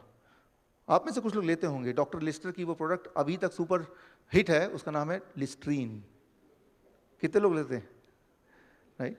सो लिस्ट्रीन, और 1895 में वो पहला ऐसा प्रोडक्ट था जो डिजीज मॉनिटरिंग पे बेस्ड था, कि किसी भी एक सिचुएशन को एक डिजीज का नाम दे दिया, उससे भय पैदा हो गया और उससे आप वो खरीदना शुरू कर दिया, Listerine. So cholesterol is also a disease monitoring case. ये जरूर हो सकता है कि कुछ लोगों में 50 साल से नीचे वाले जो मेल्स हैं, हायर कोलेस्ट्रॉल में भी little bit of risk for heart disease, but it certainly do not mean कि आप अगर स्टैटिन से उसको कम करेंगे तो रिस्क भी कम होगा। दैट इज समथिंग जो कि गड़बड़ है, राइट, वहाँ की नॉलेज गड़बड़ है। लेकिन ये कि जब तक आप दवा लेंगे नहीं तब तक वो बिजनेस होगा नहीं। खैर, अभी आज घर जाके क्या करेंगे, अभी यहाँ से घर जाएंगे तो what is the first thing you have to do, second step क्या होगा, थर्ड स्टेप क्या होगा, 3 स्टेप आपको बताने वाला हूँ। वो 3 स्टेप आपके हार्ट को प्रोटेक्ट करेगी, इतना ज़्यादा कि आपकी मजबूरी हो जाएगी 1 हफ्ते के अंदर आपको अपना ब्लड प्रेशर की गोली, ब्लड शुगर की गोली, blood thinners, you have to throw it out, क्योंकि ब्लड प्रेशर नॉर्मल हो जाएगा और दवा लेंगे तो सब नॉर्मल, बिलो नॉर्मल आ जाएगा। ब्लड शुगर नॉर्मल हो जाएगा और दवा लेंगे तो और नीचे चला जाएगा, which is too dangerous. Step 1, आज घर जाके क्या करना है, स्टेप 1, थ्रो द स्टैटिन। उठा के देखिए नियरेस्ट डस्टबिन क्या है, वहां फेंक दीजिए। जानवरों को भी मत दीजिए, उनके लिए भी बहुत ज्यादा कोलेस्ट्रॉल वाली। Thank you friends. कोलेस्ट्रॉल वाली, कोलेस्ट्रॉल की दवा कौन सी है, कोई भी दवा में लास्ट में स्टैटिन लिखा होगा तो that is a medicine for cholesterol, right, statin. अब इसको थोड़ा समझने की जरूरत है, ये क्या करती है और आपको क्या करना है सेकेंड एंड थर्ड स्टेप के लिए। आप सांसें ले रहे हैं, you take oxygen in, then up is the carbon dioxide out. जब कार्बन डाइऑक्साइड बाहर आया, यहां से शुरू होती है कोलेस्ट्रॉल की कहानी। कैसे, समझिए इसको। वो कार्बन डाइऑक्साइड कहाँ गया, वो प्लांट के अंदर गया, प्लांट टेक इट, और वो वाटर H2O के साथ मिला के सनलाइट के प्रेजेंस में उसको बना देता है ग्लूकोज। ग्लूकोज यानी कि फूड, यानी कि फ्रूट्स या वेजिटेबल्स, वो खाना हम खाते हैं और खाते ही एक केमिकल बॉडी बनाता है एसिटाइल CoA, एसिटाइल कोएंजाइम, और वो वाला केमिकल एक और केमिकल बनाता है, इसे कहते हैं HMG कोएंजाइम, और वो केमिकल फिर एक इंपॉर्टेंट केमिकल मेवलोनिक एसिड बनाता है या मेवलोनेट पाथवेज बनाता है, राइट। ये थोड़ा कॉम्प्लिकेटेड है लेकिन अभी आसान हो जाएगा। और इससे कई सारे केमिकल्स बनते हैं, इनमें से एक केमिकल है कोलेस्ट्रॉल, राइट, इनमें से एक केमिकल है कोलेस्ट्रॉल। इस तरह से कोलेस्ट्रॉल की पैदाइश होती है। अब इनमें से जो ये केमिकल है, इनका कुछ काम है, इसका कुछ काम है, इसका कुछ काम है, इसका कुछ काम है, तभी बॉडी बना रही है। सारे इंपॉर्टेंट है, सारे जरूरी है हमारे बॉडी के लिए। जब आप कोलेस्ट्रॉल की दवा लेते हैं तो वो दवा कोलेस्ट्रॉल कम कैसे करता है, वो दवा यहां पे काम करता है, इसको ब्लॉक कर देता है यहां पे। तो यहां ब्लॉक हुआ तो क्या हुआ, कोलेस्ट्रॉल बनना बंद हो गया, लेकिन साथ में क्या हुआ, और बाकी सब भी बंद हो गए। अब इनमें सबसे इंपॉर्टेंट है दिस CoQ10। CoQ10 को आप क्या बोल सकते हैं, CoQ10 ये केमिकल क्या करता है, it is very simple. Spark plug आपने देखा, उस स्पार्क प्लग में नीचे यहां पे थोड़ा सा ये जो स्पार्क होता है, दिस इज अ स्टोन, और जिससे हमारी गाड़ी स्टार्ट होती है। CoQ10 is a spark plug of the body, spark plug for the heart. और जब यहाँ पे आप देखते हैं, यहाँ पे जो छोटा सा कार्बन वाला पार्ट है वो जैसे जैसे कम होता है, हाँ, आपको इसकी डिस्टेंस को कभी कभी स्कूटर से निकाल के रीएडजस्ट करना पड़ता है, क्या है? तो ये जो है दैट इज CoQ10। जब वो कम होगा तो आपको डॉक्टर के पास जाना पड़ेगा, डॉक्टर बोलेगा चलो मैं आपको CoQ10 की गोली भी लिख देता हूं, तो यानी कि वो रीएडजस्ट कर रहा है। एक तो एक तरफ कम कर दिया, फिर दूसरी तरफ डॉक्टर ने उसको पूरा कर दिया, राइट? मतलब यहाँ से निकालो वहाँ पे डाल दो, तो दैट इज द CoQ10। तो जो भी कोलेस्ट्रॉल की दवा लेंगे उनका हार्ट वीक होगा, क्योंकि हार्ट को जो स्ट्रेंथ देता है हार्ट का spark plug, that is CoQ10। Similarly tRNA, ये जिनका कम होगा उनको फिर कैंसर की दिक्कत आएगी, कैंसर। सिमिलरली बाकी जो केमिकल आप देख रहे हैं इनमें सिग्नलिंग प्रोटीन इंपॉर्टेंट है, ये बॉडी की सिग्नलिंग सिस्टम है। फॉर एग्जाम्पल जब आप खाना खाते हैं, आपने खाने के बारे में सोचते हैं पहले, you think of the food, मैं खाना खाऊंगा। द मोमेंट यू थिंक कि मैं खाना खाऊंगा, दिस थॉट से हमारे बॉडी में पहला सिग्नल जाता है, फिर जब उसको देखते हैं तो दूसरा सिग्नल, फिर जब उसको टेस्ट करते हैं थर्ड सिग्नल जाता है। वो जब सिग्नल जाता है body start producing insulin, that is called signalling protein का सिस्टम। और अगर वो सिस्टम काम नहीं करेगा तो क्या होगा, कौन सी वाली बीमारी हो जाएगी, diabetes, right? So try to understand वो स्टैटिन से डायबिटीज क्यों होता है, ब्लड प्रेशर क्यों होता है। Now you get a clue कि वो कोलेस्ट्रॉल घटा नहीं रहा है, वो बाकी चीजें भी घटा रहा है। वो कैसे, मैं आपको छोटा सा एक्सपेरिमेंट देता हूँ, how it works. For example आपके यादगार के लिए, मान लीजिए डाल है मेरे पास, इसमें फूल हैं, पत्ते हैं, कांटे भी हैं, राइट? कांटे ठीक नहीं है, मान लीजिए कांटे इज कोलेस्ट्रॉल, लेकिन बाकी जो फूल पत्ते हैं 2000 CoQ10 और बाकी इंपॉर्टेंट केमिकल्स। और मैं आपको औजार देता हूं, ये कैंची, ऐसा करना, इस कांटों को ना काट देना, कांटे ठीक नहीं है, कोलेस्ट्रॉल हमारे लिए ज़रूरी नहीं है। तो क्या आप क्या करेंगे, कांटे काटने जाएंगे तो क्या कट जाएगा, पूरी डाल ही कट जाएगी। उसमें फूल भी था, उसमें पत्ते भी थे, उसमें फल भी था, सारी डाल कट गई और वो अपने कांटे भी चले गए। सो this is called the cholesterol loading drug statin, right? और ये पूरा पाथ है। Thank you friends, thank you. और जब आप वो दवा ले रहे हैं तो काट यहाँ रहे हैं, जड़ को काट रहे हैं। और ये हमने किसी ने बताया नहीं कि भाई ये यहाँ से कट रहा है, ना कि कोलेस्ट्रॉल इटसेल्फ को काट रहे हैं, ना कि वो कांटे। अगर वो कांटे हैं तो पहली बात तो cholesterol is not equal to कांटे, वो कांटे हैं ही नहीं। अगर वो है भी, राइट, तो वो कांटे को थोड़ा ना काट रहे हैं, वो तो सबको काट रहे हैं, तो इक्वली कांटे भी कट जा रहे हैं। तो अच्छा, इसका प्रूफ क्या है? आप किसी भी डॉक्टर से पूछिए, स्टैटिन तो हो गया नॉर्मल नेम, इसका साइंटिफिक नेम क्या है? What is scientific name for statin? इसका साइंटिफिक नेम क्या है? HMG CoA inhibitor. मतलब HMG एंजाइम को वहीं पे ब्लॉक करता है, यही इसका नाम है। तो नाम से इसकी पहचान है। इसका नाम कोलेस्ट्रॉल लोडिंग ड्रग नहीं है, इसका नाम कोलेस्ट्रॉल इनहिबिटर नहीं है, इसका नाम HMG को एंजाइम इनहिबिटर है।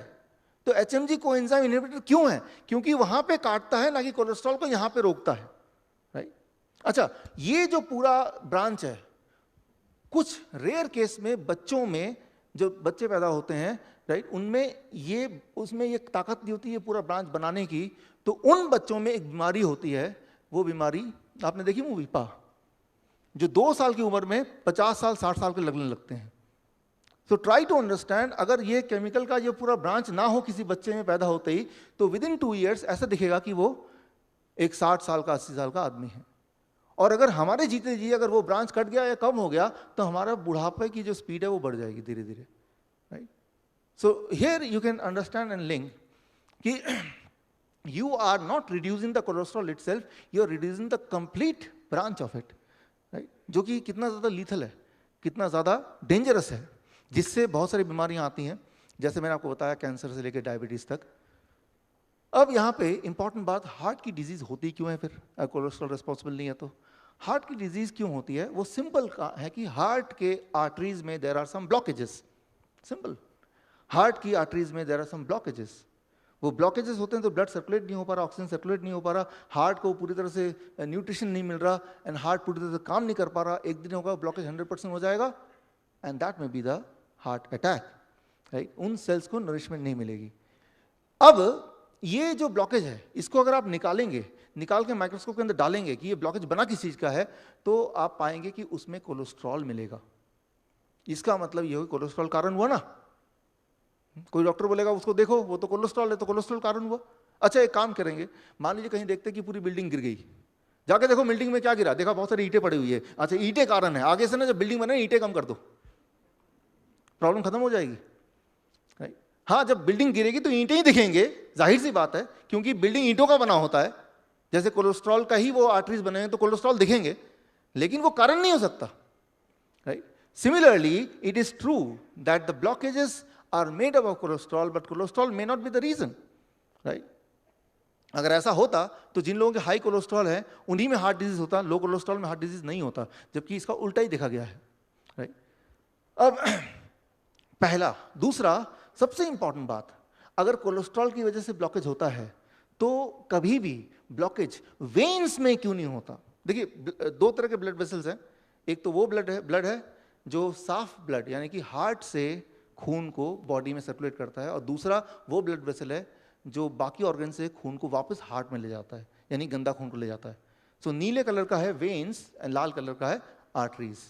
अगर और कोलेस्ट्रॉल सब में एक जैसा ही सर्कुलेट करता है, तो अगर कोलेस्ट्रॉल रिस्पॉन्सिबल है ब्लॉकेज का, तो वेन्स में भी तो ब्लॉकेज होने चाहिए ना, वहां तो नहीं पाए जाते। So cholesterol can not be responsible, had it been so the blockage would have been even in the veins, क्योंकि वेन्स में भी उतना ही कोलेस्ट्रॉल फ्लो करता है जितना कि आर्टरीज में करता है। सो ये एक आर्गुमेंट है। अब इससे एक सवाल आता है, फिर क्या, कैसे या क्या कारण से हार्ट डिजीज होता है? What is the main cause of heart disease? अगर कोलेस्ट्रॉल से नहीं होता, उस ब्लॉकेज में भी कोलेस्ट्रॉल है तब भी उससे नहीं होता, तो एक्चुअल कारण क्या है? इसके लिए मैं 3 क्लू दूंगा आपको। उस 3 क्लू के अंदर आप ढूंढेंगे आंसर क्या है। 3 वेरी इंटरेस्टिंग क्लू। पहला क्लू, सर्कुलेशन 2006, वेरी इंपॉर्टेंट। ये देखा गया कि ब्लॉकेज जहां भी है वहां पे 50 अलग अलग तरह के बैक्टीरिया पाए गए हैं। हमेशा जब भी कहीं ब्लॉकेज होगा, ब्लॉकेज के आसपास 50 different kind of bacteria are found. That is clue 1। Clue 2, जहां पे ब्लॉकेज है वहां की टेम्परेचर हमेशा ज्यादा होती है in comparison to rest of the body, rest of the arteries. Clue number 2, जिस तरह से जब भी इन्फेक्शन हो जाता है हमारे बॉडी की टेम्परेचर ज्यादा नहीं हो जाती, वो क्यों होती है? ताकि temperature is a tool, temperature की मदद से बॉडी उस वायरस को किल करता है। तो टेम्परेचर ज्यादा होना कोई बीमारी नहीं है, it is a method by which the body is trying to counter the germs. Similarly, thank you friends, thank you. Similarly clue 3, ये देखा गया कि 1/3 हार्ट अटैक के पेशेंट्स का रिकॉर्ड देखा गया कि उनके हार्ट अटैक आने से जस्ट पहले उनको कोई ना कोई इंफेक्शियस डिजीज हुआ था, उसके बाद ही उनका हार्ट अटैक आया है। तो ये क्लू नंबर 3। अब इन तीनों क्लू के अंदर ही आपका जवाब है। ये सारी चीजें 2000 के बाद ही, 2000 के बाद ही सारी चीजें मेडिकल साइंस को थोड़ी बहुत पता चली है, उससे पहले ये सब चीजें नहीं पता थी। इसको समझने की कोशिश करते हैं, इन तीनों क्लू को जोड़ते हैं टू गेट द आंसर कि क्या, कैसे हार्ट डिजीज होता है और कैसे उसको रोका जाए। Attack by germs on the inner wall of arteries, the most important thing. Conclusion is, जहां पे भी हार्ट डिजीज जो भी आर्टरीज हैं वहां पे पाया गया कि जर्म्स अटैक करती हैं। हमारे पूरे ब्लड में जर्म्स सर्कुलेट होती हैं, दैट इज वेरी नॉर्मल। लेकिन हम में से कुछ लोगों के, कुछ पेशेंट के केस में कहीं कहीं वो जर्म्स अटैक करती हैं। लेकिन जर्म्स कहीं कहीं अटैक करती है, हर जगह क्यों नहीं करती है? वहीं अटैक करेगी जहां पे इंडोथेलियम डिसफंक्शन होगा। इंडोथेलियम वेरी सिंपल, ब्लड वेसल का जो सबसे अंदरूनी हिस्सा है जिसको ब्लड टच करते हुए जाता है, जिसको कोलेस्ट्रॉल टच करते हुए जाता है, उसे कहते हैं इंडोथेलियम लेयर। लेकिन हम में से कुछ लोगों के केस में वो इंडोथेलियम लेयर कमजोर होता है, राइट, और उसमें जर्म्स अटैक आसानी से कर सकती है। लेकिन अगर ऐसा है तो वेन्स के एंडोथेलियम लेयर में क्यों नहीं जर्म्स अटैक करती है? ये एक इंपॉर्टेंट क्वेश्चन है। इसको जवाब देने के लिए I will take the example of this. मान लीजिए ये बलून है, इसके अंदर एयर का प्रेशर है।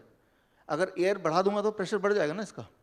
अगर इसका प्रेशर बढ़ जाएगा तो इसका जो आउटर लेयर है या इनर लेयर है उसका डैमेज के चांसेस ज्यादा हैं, या प्रेशर कम रहेगा तो चांसेस ज्यादा है? पहला या दूसरा? प्रेशर ज्यादा होगा तो डैमेज होना आसान है, ये तो क्लियर है हमें। अब देखिए, ह्यूमन बॉडी में हमेशा क्या होता है कि आर्टरीज के अंदर जो ब्लड प्रेशर होता है वो कम से कम 100 गुना ज्यादा होता है in comparison to the blood pressure in the veins. Arteries के वॉल्स में जो प्रेशर होता है वो 100 टाइम ज्यादा होता है, यानी कि वहां पे डैमेज होने की पॉसिबिलिटी ज्यादा होती है, यानी कि वहां पे जर्म्स अटैक आसानी से कर सकते हैं, राइट। लेकिन एंडोथेलियम लेयर, पहला तो एंडोथेलियम लेयर कमजोर हो, ऊपर से प्रेशर ज्यादा है, दोनों मिला के जर्म्स के लिए आसान हो जाता है वहां अटैक करना। अब क्वेश्चन ये है कि अंदर का एंडोथेलियम लेयर यानी कि इनर लेयर कमजोर क्यों होता है? उसका कारण है लो नाइट्रिक ऑक्साइड प्रोडक्शन। जब भी आपका बॉडी के अंदर नाइट्रिक ऑक्साइड प्रोडक्शन कम होगा तब एंडोथेलियम लेयर डैमेज होगा। जब भी वो डैमेज होगा जहाँ जहाँ प्रेशर ज़्यादा है वो तो आर्टरीज में होती है, जर्म्स बॉडी में ऑलरेडी सर्कुलेट कर रहे हैं, वो सब में होता है, वो जर्म्स वहाँ अटैक करेंगे। जब वो अटैक करेंगे तो क्या होगा, वहाँ पे घाव हो जाएगा। घाव को भरने के लिए कोलेस्ट्रॉल आएगा बचाने के लिए, और वो भरने की कोशिश करेगा। अगर घाव जल्दी भर गया तो ब्लॉकेज नहीं होगा, लेकिन अटैक जारी रहा, नाइट्रिक ऑक्साइड प्रोडक्शन ऑलरेडी कम रहा और ये लंबे समय तक रहा, then it becomes blockage, right. तो कोलेस्ट्रॉल का रोल है हार्ट को बचाने के लिए, ना कि उसका रोल है कि वही हार्ट के ब्लॉकेज करने के लिए।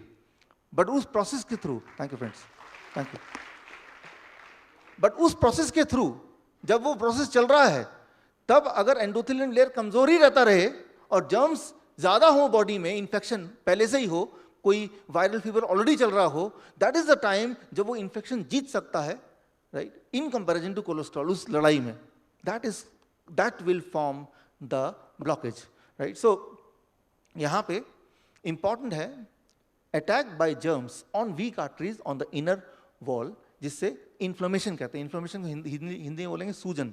सूज जाता है ना बाहर, जो बाहर कभी सूज जाता है, कभी किसी के पाँव में मोच आ गए तो सूज जाता है। सूजना कोई बीमारी नहीं है, सूजना एक प्रोटेक्शन है, रिपेयर मैकेनिज्म है बॉडी का। सिमिलरली अंदर भी सूज जाता है, लेकिन अगर नाइट्रिक ऑक्साइड प्रोडक्शन कम रहती रहे, इन्फेक्शन लगातार अटैक करते रहे, तो उसको मैनेज करने के कोलेस्ट्रॉल वहां पे जमता रहे, सम टाइम वो ब्लॉकेज ज्यादा हो गया, फ्लो ब्लॉक हो गया, that is called heart disease, that is called heart attack, right. So यहां पे कुल मिला के कुछ ऐसा आता है, इन्फ्लेमेशन, उसमें cholesterol try to cover it up and that leads to blockages. तो अब सोल्यूशन क्या है, व्हाट इज द सोल्यूशन, क्या करना होगा? सिंपली, अच्छा बताइए क्या सोल्यूशन है? यहां पे क्या हो जाए तो ये सारा प्रोसेस बीच में रुक सकता है? Nitric oxide. Simple simple solution कि अगर हम कुछ ऐसा करें कि हमारी बॉडी की नाइट्रिक ऑक्साइड प्रोडक्शन को दोबारा से बढ़ा दें, जैसे ही वो बढ़ाएंगे तो सारा चीज बैलेंस में आ जाएगा। कितनी देर में? कुछ दिनों में बैलेंस में आ जाएगा, with in few days, right. अब वो फॉर्मूला क्या है? वो फॉर्मूला क्या है जिससे कि नाइट्रिक ऑक्साइड प्रोडक्शन बढ़ जाएगा? दिस मीन्स कि अब जो आने वाला है ये आपके पूरे लेक्चर का सबसे इंपॉर्टेंट पार्ट है, क्योंकि इसी को आपको कल से या आज से फॉलो करना है। The most important part, formula to cure heart disease, that you know nitric oxide production. अगर नाइट्रिक ऑक्साइड प्रोड्यूस होगा ज्यादा तो ऑटोमेटिकली वो सारी चीजें will be taken care of. अब सवाल यह था कि what I should do right now so that my body produce enough nitric oxide, right. ये आपका सिर्फ एक सवाल है। उसका जवाब ये है, स्टेप 1 मैंने आपको ऑलरेडी बताया था। स्टेप 1 क्या था बताया था मैंने? Throw the statin. Why? Because statin क्या करता है, वो नाइट्रिक ऑक्साइड की प्रोडक्शन में बीच में आता है, right. It hampers the production of nitric oxide. तो पहले तो वो सारी चीज उठा के फेंको जो नाइट्रिक ऑक्साइड प्रोडक्शन के बीच में बाधा डलती हो, तभी तो हम कुछ कर पाएंगे, राइट। सो यहां पे कुछ लोग हम मुझे बोलते हैं, डॉक्टर साहब मैं वो दवा भी लेता रहूं और आप जो बता रहे हैं खाने पीने का वो भी चलता रहेगा। मैं बोलता हूं वो तो कुछ ऐसा हुआ ना कि आप कीचड़ लगी हुई, आप नहा भी रहे हो, कोई कीचड़ मार भी रहा है आप पे, तो कभी भी वो दिन नहीं आएगा जब आप पूरी तरह से क्लीन हो जाओगे। पहले वो कीचड़ को रोको, अब आप नहाओ, तभी तो क्लीन होंगे ना, right. So in the same way, पहले वो तो थ्रो करना पड़ेगा, तभी जाके ये इफेक्ट काम आएगा, बिकॉज उसकी वजह से तो ऐसा हो रहा है। Okay, now step 2, increase production of nitric oxide के लिए स्टेप 2, ब्रेकफास्ट। ये बड़ा ही सिंपल है। 12 बजे तक आप एक ब्रेकफास्ट का नियम लगा दीजिए, जो हम में से बहुत सारे लोगों ने ऑलरेडी लगाया हुआ है। जैसे आपका मुझे ब्रेकफास्ट करना है तो मेरे बॉडी का वेट है 70 kg। जितना आपका बॉडी का वेट है इंटू 10, यानी कि कितना हो गया मेरा 700। अब उसको ग्राम में कन्वर्ट कर दीजिए, 700 ग्राम। उतना फल, मान लो किसी का वेट है बॉडी का 100 kg, इंटू 10 कितना हो गया 1000 ग्राम, यानी कि 1 किलो, राइट। और उतना फल, कौन से वाले फल? जो आपका मन करे। Seasonal fruits. सीजनल फ्रूट कौन से होते हैं? जो सस्ता मिलता है वो सीजनल फ्रूट्स, राइट। तो जो सस्ता नहीं मिले वो सीजन का नहीं है, तो और अच्छा, पैसे भी कम खर्च होंगे। कौन से वाले फ्रूट्स? Seasonal fruits. कौन से वाले सीजनल फ्रूट्स? जो आपका मन करे वो वाले। अरे मैं तो डायबिटिक हूं, तो फिर तो आपको आम ज्यादा खाने चाहिए, कम से कम 2 किलो, राइट। तो और गन्ने का जूस वो 2 ग्लास 3 ग्लास चल जाएगा कम से कम।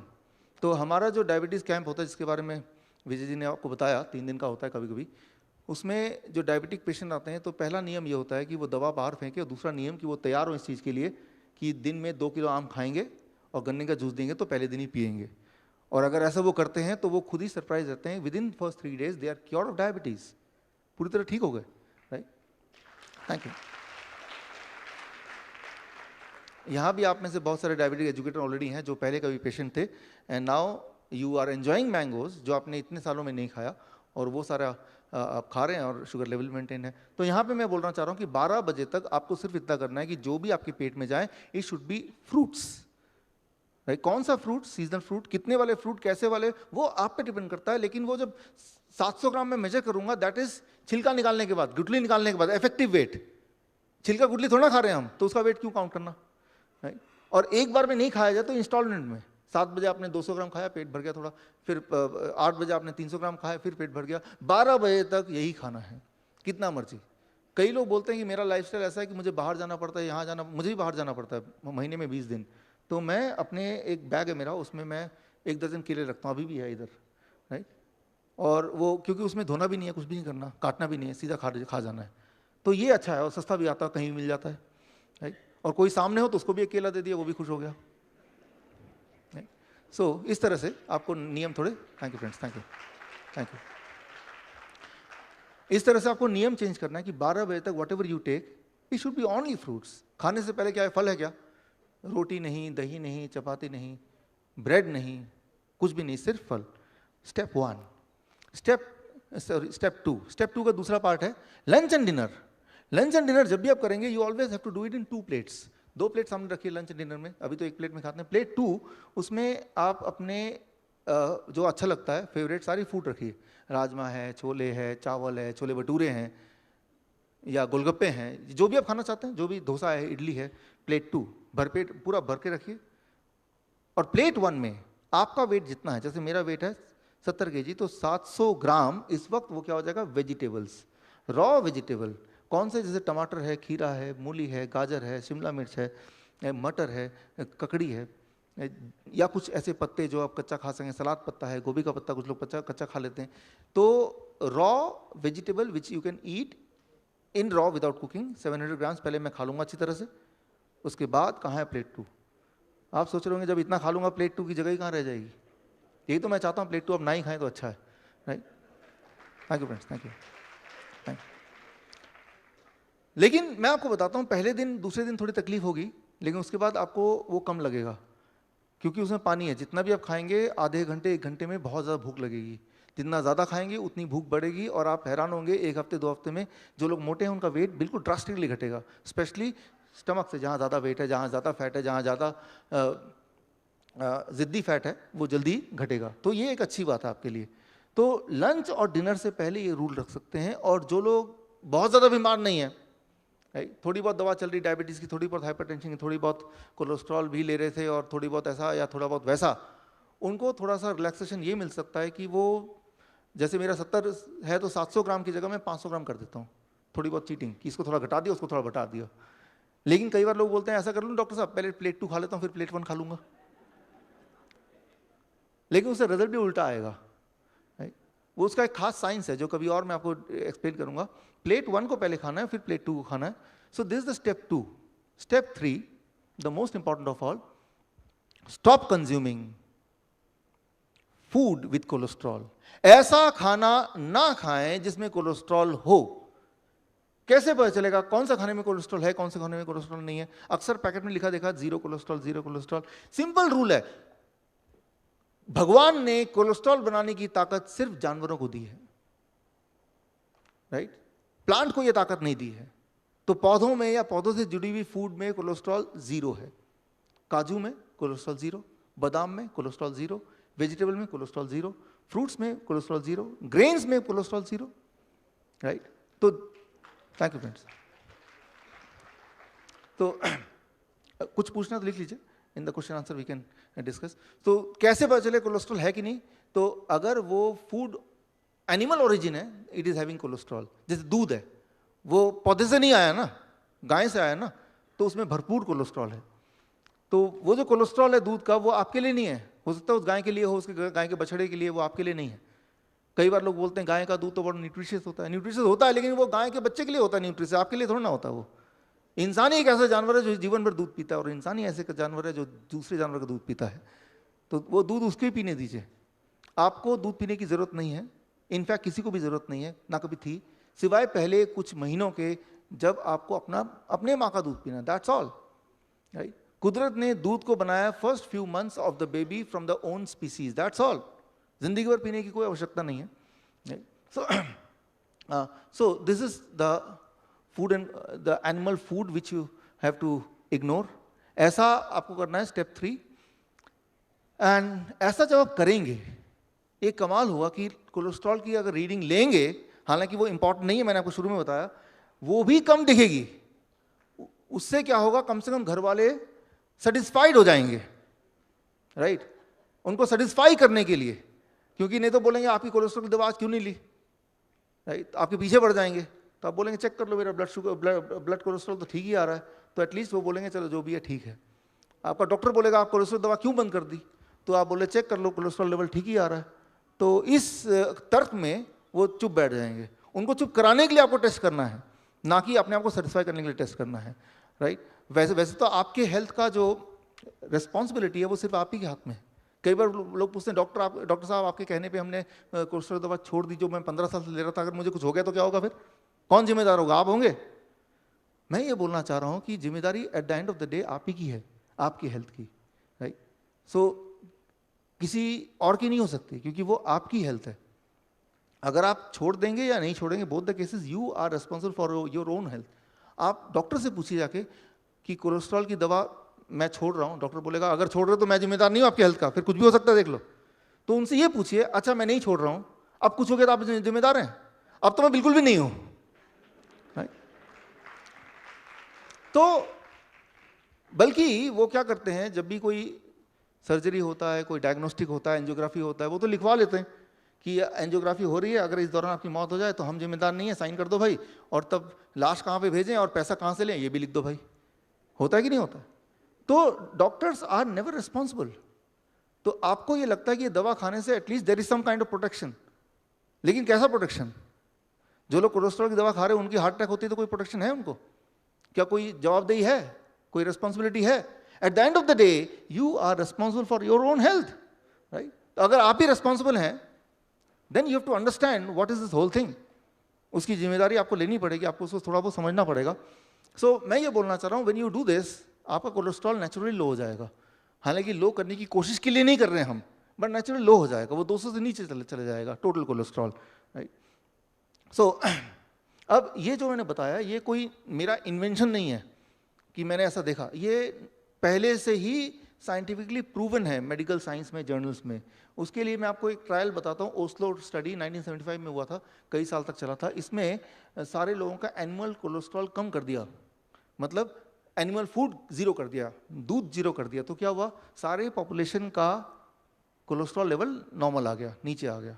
लेकिन इंटरेस्टिंगली हार्ट डिजीज का डेथ रेट नीचे नहीं आया।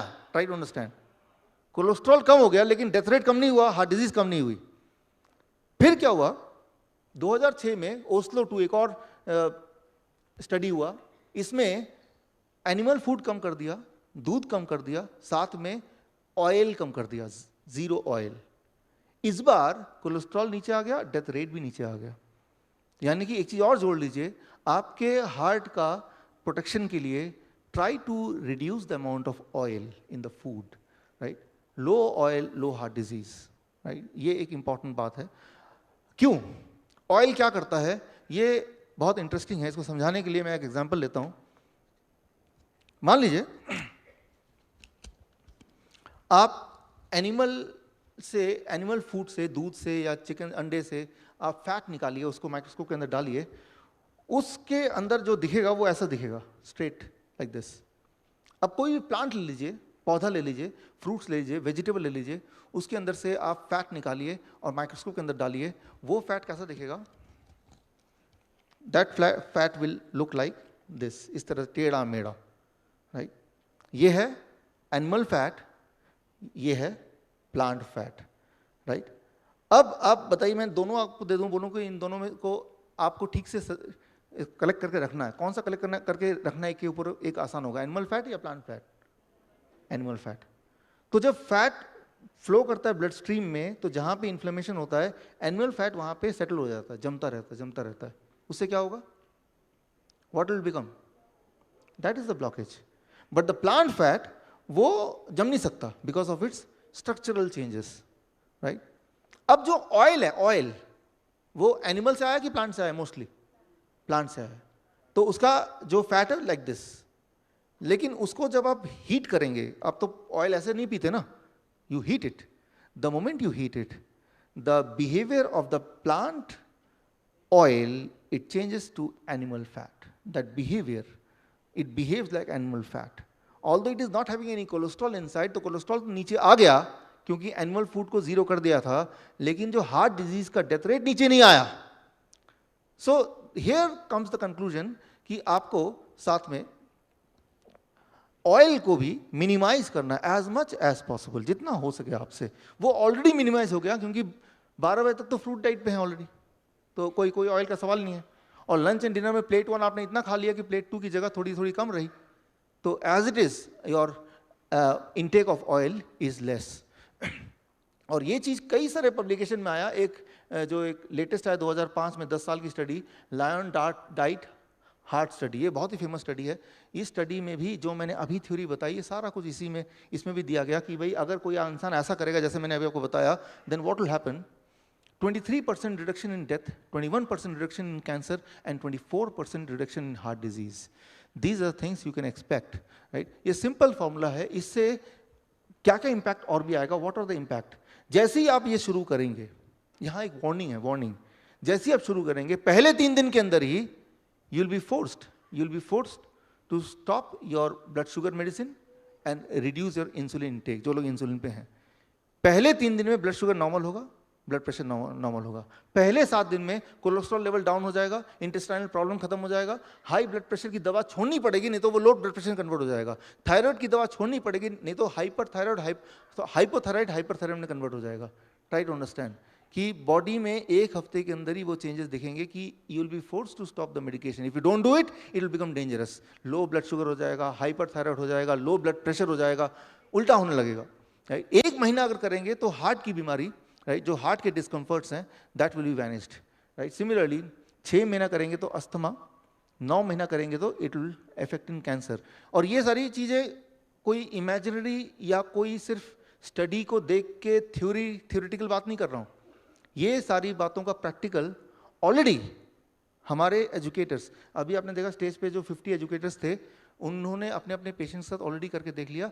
और उनके जो स्टोरीज की कलेक्शन है, that collection is the book which we launch today, right. तो इस बुक में आपको अलग अलग तरह के पेशेंट्स की हिस्ट्री, उनका अभी प्रेजेंट, उनका फ़ोन नंबर, उनका ईमेल आईडी, उनकी सारी चीज़ें मिलेंगी, ताकि उससे एनकरेजमेंट लेके, हिम्मत लेके, you start following it for yourself and for your friends etcetera.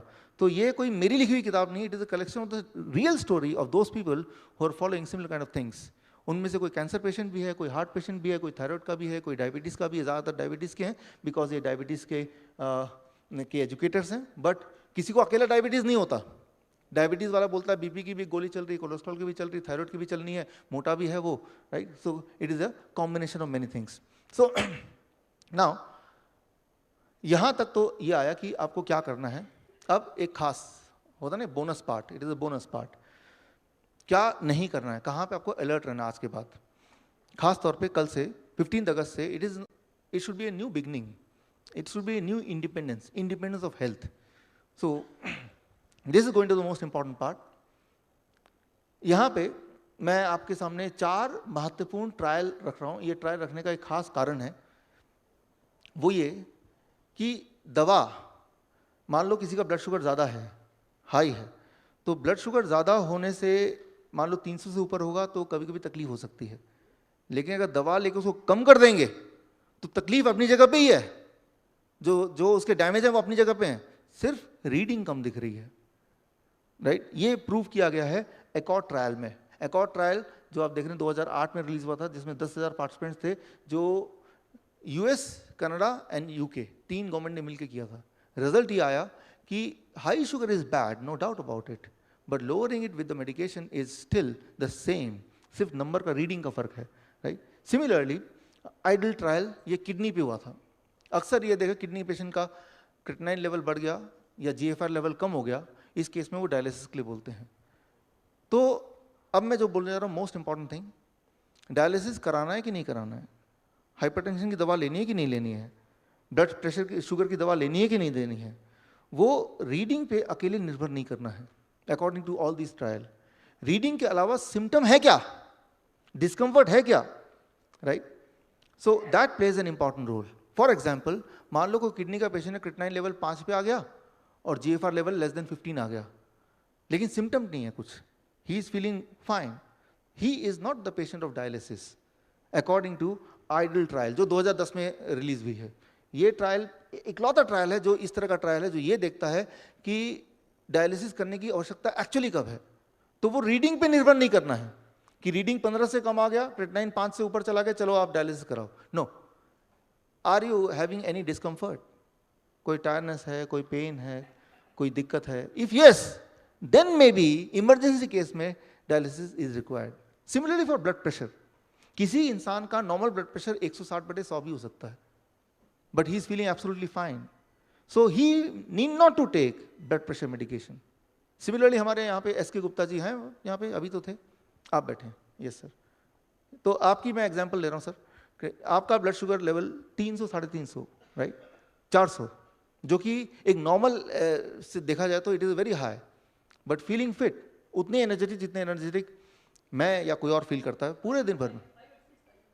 Yes, जब आए थे आप, है ना, हाँ 586 था, 586, जिसमें कोई और इंसान हो तो उसको बहुत सारे सिम्टम दिखे बट नो सिम्टम। हमारे ऑफिस में थे, खुद आए ड्राइव करके, खुद ड्राइव कर गए और दैट वाज नॉर्मल। तो मैं यहाँ पे ये बोलना चाह रहा हूँ कि सबसे इंपॉर्टेंट बात, मैं ये नहीं बोल रहा 586 अपने आप में नॉर्मल है, 586 ज़्यादा ही है, लेकिन 586 आने के बाद या 300 से ऊपर आने के बाद क्या मुझे सिम्टम है क्या? अगर सिम्टम भी है तो ज़रूर दवा लेना चाहिए, और सिम्टम नहीं है और दवा ले रहे हैं तो उससे नुकसान होगा according to this trial, right. Accord trial, ALLHAT trial है, ये गवर्नमेंट स्पॉन्सर्ड ट्रायल था, US गवर्नमेंट, सबसे बड़ा ट्रायल है ब्लड प्रेशर का। आइडल ट्रायल ये इकलौता ट्रायल है किडनी का, और कोई ट्रायल ही नहीं किया इस तरह का, right. Similarly DPP, diabetes prevention program, ये बहुत बड़ा ट्रायल है। ये सारे ट्रायल की डिटेल्स मैं आपको कार्ड में एक दूंगा अभी, आप घर जाके सर्च कर सकते हैं। तो मैं ये बोलना चाह रहा हूँ कि डायग्नोसिस के ऊपर डिपेंड नहीं होना, diagnosis plus symptom leads to medication. Just diagnosis cannot lead to medication. Diagnosis and symptom, then medication. For blood pressure, for blood sugar, for even dialysis, any kind of ailment, even for cancer, right? कई बार आपका blood test कुछ भी बताता हो, right? It may be in the category of cancer, but do I have any symptom? If not, need not to worry about it. मैं आपको example दे रहा हूँ, एक simple example आपके समझने के लिए। आजकल Google मैप आ गए मोबाइल में, आप जहाँ भी जाना चाहते हैं, मान लीजिए आप ताजमहल देखना जाना चाहते हैं, आपने ताजमहल आगरा कर दिया तो गूगल मैप में आ जाएगा ना। तो आपको सिर्फ ड्राइव करेंगे और गूगल मैप बोलेंगे सीधा चले जाओ 1 किलोमीटर, आप राइट ले लो, आप लेफ्ट ले लो, आप चलते रहेंगे मैप को देख के, मैप पे भरोसा करके। करते करते करते करते इमेजिन कीजिए आप ताजमहल के सामने आ गए, ताजमहल ये रहा और गूगल मैप बता रहा है 2.5 किलोमीटर बाद ताजमहल आएगा। आप छू के देख रहे हैं ताजमहल है, आंखों से देख रहे हैं भाई साहब ताजमहल कहाँ है, भाई ये तो रहा, महसूस कर रहे हैं ताजमहल है। तो आप अपनी आंखों को, अपने सेंसेस को मानेंगे या गूगल मैप में जो रीडिंग उसको मानेंगे? गूगल मैप बता रहा है अभी 2.5 किलोमीटर और है, कोई बोलेगा मैं तो इसी को मानूंगा, और 2.5 किलोमीटर आगे जाएगा, वहां वो ताजमहल ढूंढेगा और किसी भी चीज को सोचेगा शायद यही ताजमहल हो। हमारी मेडिकल इंडस्ट्री ऐसी है, कई सारे पेशेंट होते हैं जो पेशेंट ही नहीं है, सिर्फ रीडिंग बढ़ा हुआ होता है, अब उसमें वो बीमारी ढूंढते हैं, राइट। और अगर बीमारी ढूंढने पे आ जाए, आजकल का मेडिकल साइंस की तरक्की इतनी ज्यादा हो गई है, कोई हेल्दी इंसान मिलेगा नहीं उनको। फिर जो भी गया अपने डायग्नोसिस हेल्थ चेकअप के लिए, वो पेशेंट बन के वापस आता है। हेल्दी वो है जो कभी गया ही नहीं हॉस्पिटल।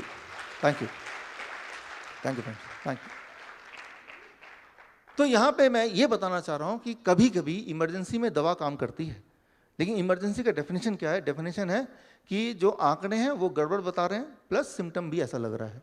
अगर ये दोनों चीज एक साथ हो रहे हैं, देन वो मेडिसिन का हकदार है for a brief period of time, life long के लिए नहीं, थोड़े बहुत दिन के लिए। और तब तक उसको क्या करना है? तब तक the kind of thing which I told वो आपको करना है, right. So here we comes towards the end of this first part of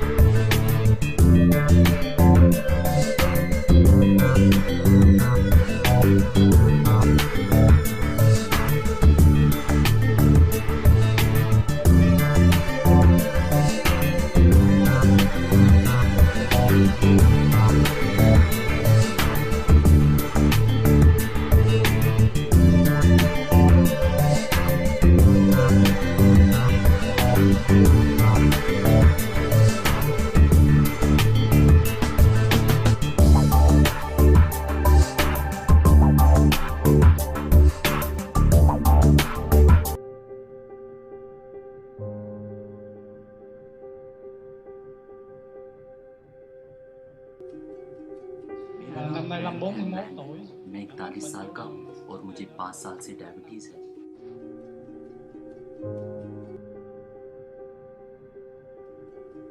मैं लीती च्यू हूँ और 70 साल की हूँ। 20 साल पहले जब मुझे पता चला कि मैं डायबिटिक हूँ, तब मैं बहुत रोई थी।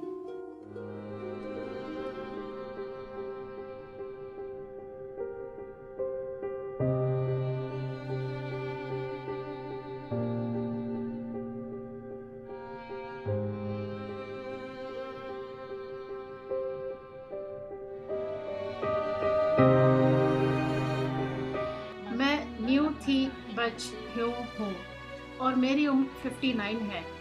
मैं 20 साल से डायबिटिक हूँ। मैं मीट मछली खाए बिना नहीं रह सकती हूँ। जब मैंने पहले दिन ये खाना खाया तो मैं रो पड़ी। मैंने कभी ऐसा खाना नहीं खाया था। जिंदगी के भाग दौड़ में हम अपना ख्याल रखना तो भूल ही जाते हैं। खुद से प्यार करना भी जरूरी है, यह हमें याद ही नहीं रहता। अपने लिए तो हम कभी जीते ही नहीं, बस अपनी आंखों पर एक नोरस की पट्टी बांधकर चलते रहते हैं। ठीक वैसे ही जैसे हम इस workshop journey to recover the body में इंस्ट्रक्टर की कमांड पर अपनी आंखों पर पट्टी बांधकर गिरते पड़ते चल रहे हैं।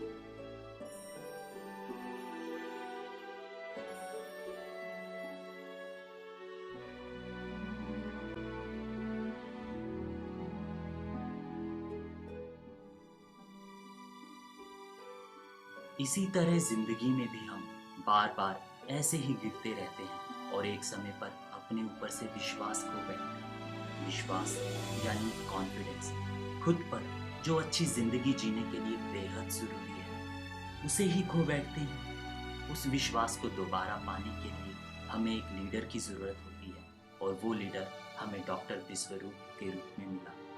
एक ऐसा लीडर जो आपको सिर्फ आपकी काबिलियत के बारे में बताए और आप में कितना पोटेंशियल है उसके बारे में बताए। हम सभी की बॉडी खुद को हील करना जानती है, बस ज़रूरत है माइंड को एजुकेट करने की और उसे यह बताने की कि अपनी बॉडी का ख्याल रखना आपकी पहली जिम्मेदारी है। हमारे बीच डॉक्टर विश्वरूप रॉय चौधरी एक ऐसे ही लीडर की तरह आए।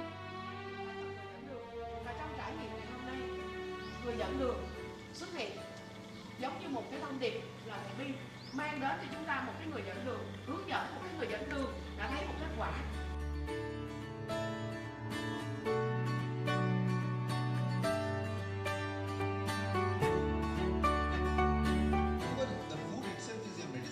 Và cách thật ra thì thức ăn này là chính là cái liều thuốc hữu hiệu nhất cho các anh chị.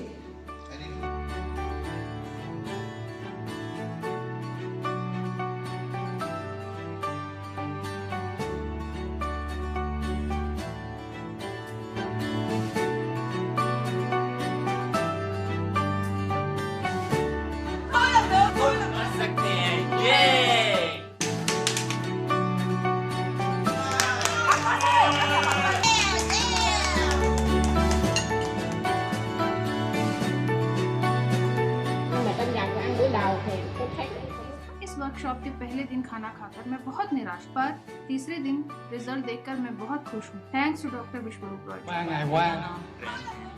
मैं 41 साल का हूँ। मुझे 5 साल से डायबिटीज है और अब 3 दिन के बाद मेरी रिपोर्ट बिल्कुल नॉर्मल है। पिछले 2 साल से डायबिटीज है। मैं अब किसी दवाई और डॉक्टर पे डिपेंडेंट नहीं हूँ। मेरी डायबिटीज अब बिल्कुल ठीक हो गई है। यस।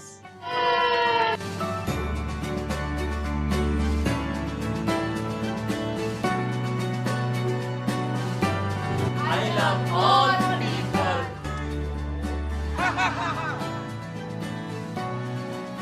मेरा नाम हुमान खाना है और मैं 44 साल का हूँ। मुझे यहाँ समय का एहसास ही नहीं हुआ। मुझे लगता है मैंने 44 सालों में पहली बार कोई अच्छी बात सीखी है। मुझे लगता है यहाँ बैठे लोगों की बदकिस्मत खुल गई है। डॉक्टर विश्वरूप रॉय चौधरी हमारे लिए एक नई रोशनी बनकर आए हैं।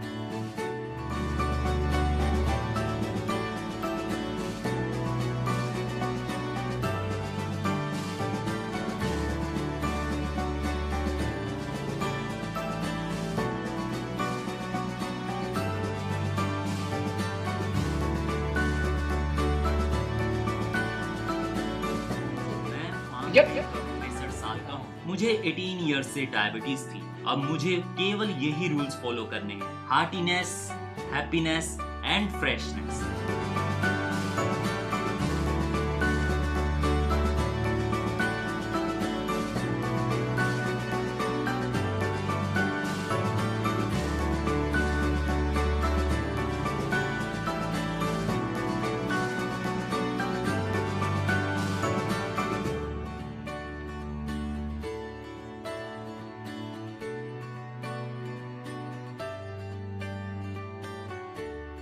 Ngày đầu tiên buổi sáng sớm workshop के पहले दिन मेरा फास्टिंग शुगर लेवल 254 था, सेकंड डे ये 175 और तीसरे दिन कमाल हो गया 126।